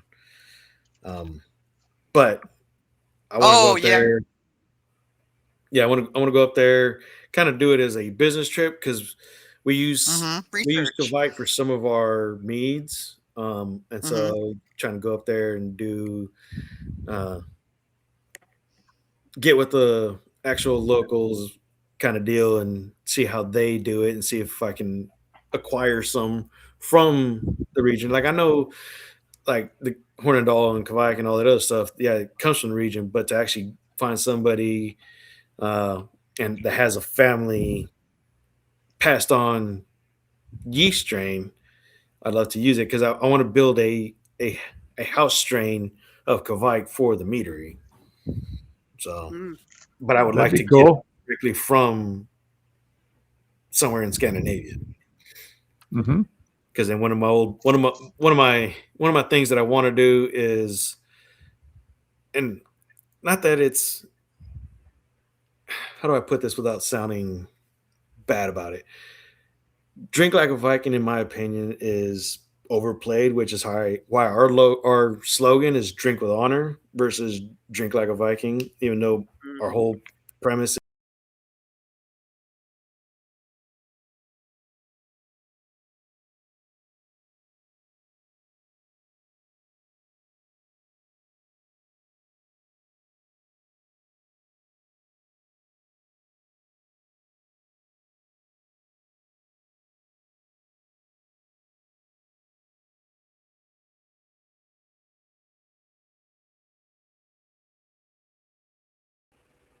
out of either birch or ash, and that's what we're going to use to cultivate our house strain of Kvike. So, an open ferment in a barrel like the Vikings used to.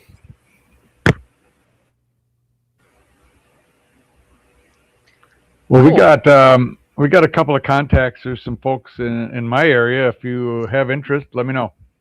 Will do.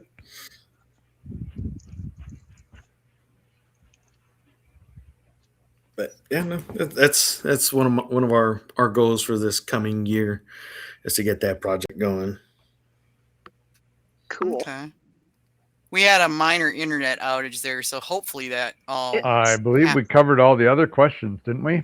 We're still We did, broadcasting on Twitch, as far as I can tell. Hopefully, we're still live and the recording's still Okay. behaving.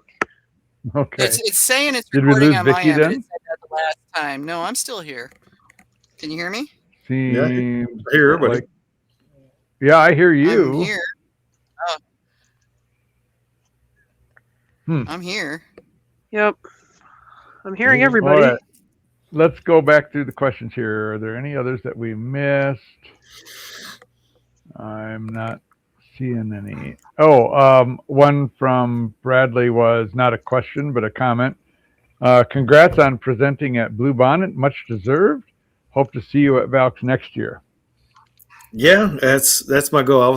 I had plans to be up there until they asked me to be the guest speaker. Yeah. And I was like, oh yeah, I'll be the guest speaker. And then without realizing it, that both events were at the same time. I was like, Sure. Oh. Yeah. But Understandable. Yeah. I already told everybody that there's no ifs, ands, or buts. Next year, I will be at Valkyrie's Horn. All right. Sounds like a plan. That'd I be believe cool. I saw something recently that you are also either a or the main sponsor for Mead Stampede this year. Yes, I am the presenting sponsor for Mead Stampede this year. Well, I've been the presenting sponsor for the last couple of years.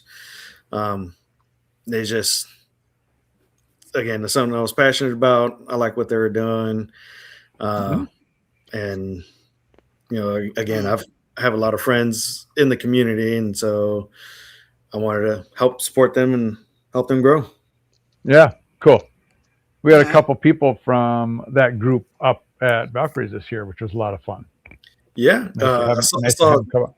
I saw Jake got to make Yeah, the competition mead this year. That was really he cool. did. Yeah, that was awesome. Yeah. Definitely, and good to have him there. He's a good guy. Oh I'm yeah, glad he made it. he's great people to have around. He's very knowledgeable when it comes to mead too. Mm-hmm. And a good judge. He writes eloquent score sheets. Yes, That's yes. nice to hear. I love judging. Yeah, them. that's nice. That's really cool. Yeah, I would come down for that, except it's on the 4th of July holiday weekend, which is family time. I thought it was the July 9th and 10th. Yeah, that's 4th of July, man. It is 4th of July. Yeah. Oh wow. I mean, it's not the actual 4th of July holiday, but it's like, The the holiday week weekend. before, the week after. It's like that's family time. Yeah. I mean, Makes it a challenge. if you want to come down and judge Texas Mead Cup, we'd be Yeah, I glad. might have to. Yeah. Yeah. September, right? Yes, sir. Yeah. Could do. We'll be in touch. Oh yeah. So Yeah, absolutely. All right. Well, anything else? AJ, did we miss anything? I don't think so. All right. Well, we're pretty much on the 2 hours. Yeah. oh, Sorry. And here I'm getting a I phone hate my call phone. from you. Sorry. Yeah. I have no idea how Hello? that. Okay. Did you pocket dial? Yeah, I tried to scroll something and it decided to be Oh, stupid. all right. I Yes, thought Vicky, maybe we can we were hear you. trying to bring Everything's fine. Vicky in the hard way. Okay, good. I had to say earlier, Because she Kevin was appears to saying, be gone. All right. no, Well, I'm let's close it out. Carlo, thank you very much for being here. This is fun. yeah, thank you for having me again. yeah, thanks for You coming on. bet. Anytime. Oh, you got some more mead. Uh-huh. That would be yes. Oh man. I mean, sure, I'm happy to do that, but oh my goodness, I am not short on things to drink.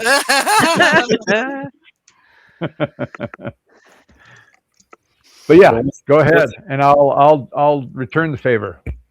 Once I get that pina colada mead, I'll get you guys some. Oh God, yes. Yeah, sounds like a Oh, plan. save one for me too, please. Yeah. Yeah. Hey, All right. Carlos. Good deal. Carlos? AJ, are you able to shut this thing down? No. Check. I think Vicky should be able to. Oh, well, I'm not hearing her, so I don't know. Oh, I am. Oh, you are? Yeah. Okay. You Yep. can hear me, AJ? Okay. I am. I definitely hear you, Vicky. Okay, great. I was beginning to think I was invisible. I don't know why Kevin can't hear me. Because things went wonky for a little while. We're absolutely Yeah. down I to would it. say I had a drop on the internet. Yeah. Yeah. And then it was trying to get you back, and I guess it Yeah. didn't reconnect properly with Kevin. Or But something. anyway, yes, software, friggin' Software grr. friggin' yeah, we've got to start doing the dance again before the show. Okay, so next episode we've got Blair Housley with Etowah Meadery in North Georgia, and he had sent me a bottle of pawpaw mead along with a bunch of pawpaws. So we're going to be talking pawpaws among other things.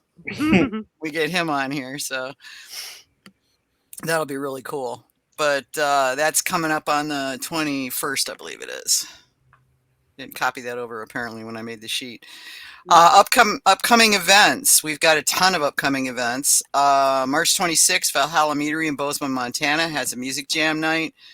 March 27th. Why am I doing March? Mm-hmm. I don't know. I just realized that. It's like I copied everything over and apparently left that part on there. Okay. April 9th, Valhalla Meadery, Bozeman, Montana has an acoustic jam. April 10th, Blue Meadery and Cider in Ann Arbor, Michigan has Full Moon Candle Bar. Full Moon is a celebration night in Ann Arbor, and the Candle Bar is apparently a thing. April 10th, Bumbling Fools Mead, Minneapolis has karaoke meetup. April 10th, Manic Meadery, Crown Point, Indiana has Paint and Drink Spring Chickens. April 10th, Blue Mead and Cider. Oh, I already have the Candle Bar in there. Okay. April 11th, Mershon's Artisan Cider in Stoughton, Wisconsin is doing the Wisconsin Cider and Mead Festival. April 11th, Wild Blossom Meadery in Chicago has a 5K wine run. April 12th, Clear Skies Meadery in Rockville, Maryland has an acoustic jam. Also on the 12th, Dancing Skeleton Meadery in Sapulpa, Oklahoma has Portrait of Ritual, painting birds of prey. They have the birds of prey people coming, and then you get to paint one that'll stand there for you, I guess. April 12th, Moondog Meadery in Durham, North Carolina has modern calligraphy for beginners. April 14th, Honey Tree Meadery in Nashville, Tennessee has Writers Night and open mic. April 15th, the Mead Hall in St. Charles, Missouri has an acoustic jam. April 15th, Wild Blossom Meadery and Winery in Chicago has Optimo Swing, a jazz night. April 16th, Dancing Skeleton Meadery in Sapulpa, Oklahoma has a Fiber Crafts evening. April 17th, Pitt's Meadery in Gurnee, Illinois has Magnine playing live music. April 18th, Mac Ice House in Berkeley Springs, West Virginia is holding the Uniquely West Virginia Wine and Mead Festival. April 18th, Starlight Mead in Pittsburgh, North Carolina has Mead Evil Day. April 18th, Hex Meadery in Kaukauna, Wisconsin has Lincoln Ink was sealed with a spark and Shelby Lynn doing tats. April 18th, Grimsby Hollow Meadery in Middleville, Michigan has Drink Me, Learn Things, Europe Under Siege, the weapons that won kingdoms. April 19th, Crafted Artisan Meadery in Mogadore, Ohio has Make a Sand Art Terrarium. April 19th, in Medusalt Meadery in Lancaster, PA has a meadery dance. So like a Saturday night dance. That sounds like fun. April 25th, Moondog Meadery in Durham, North Carolina has modern calligraphy for beginners. April 25th, Manic Meadery in Crown Point, Indiana has It's Raining Cats and Dogs. Make your own round house sign for dogs welcome, cats welcome. April 26th, Applegard Meadery in Tukwila, Washington has a Spring Mead Fest with 8 local meaderies.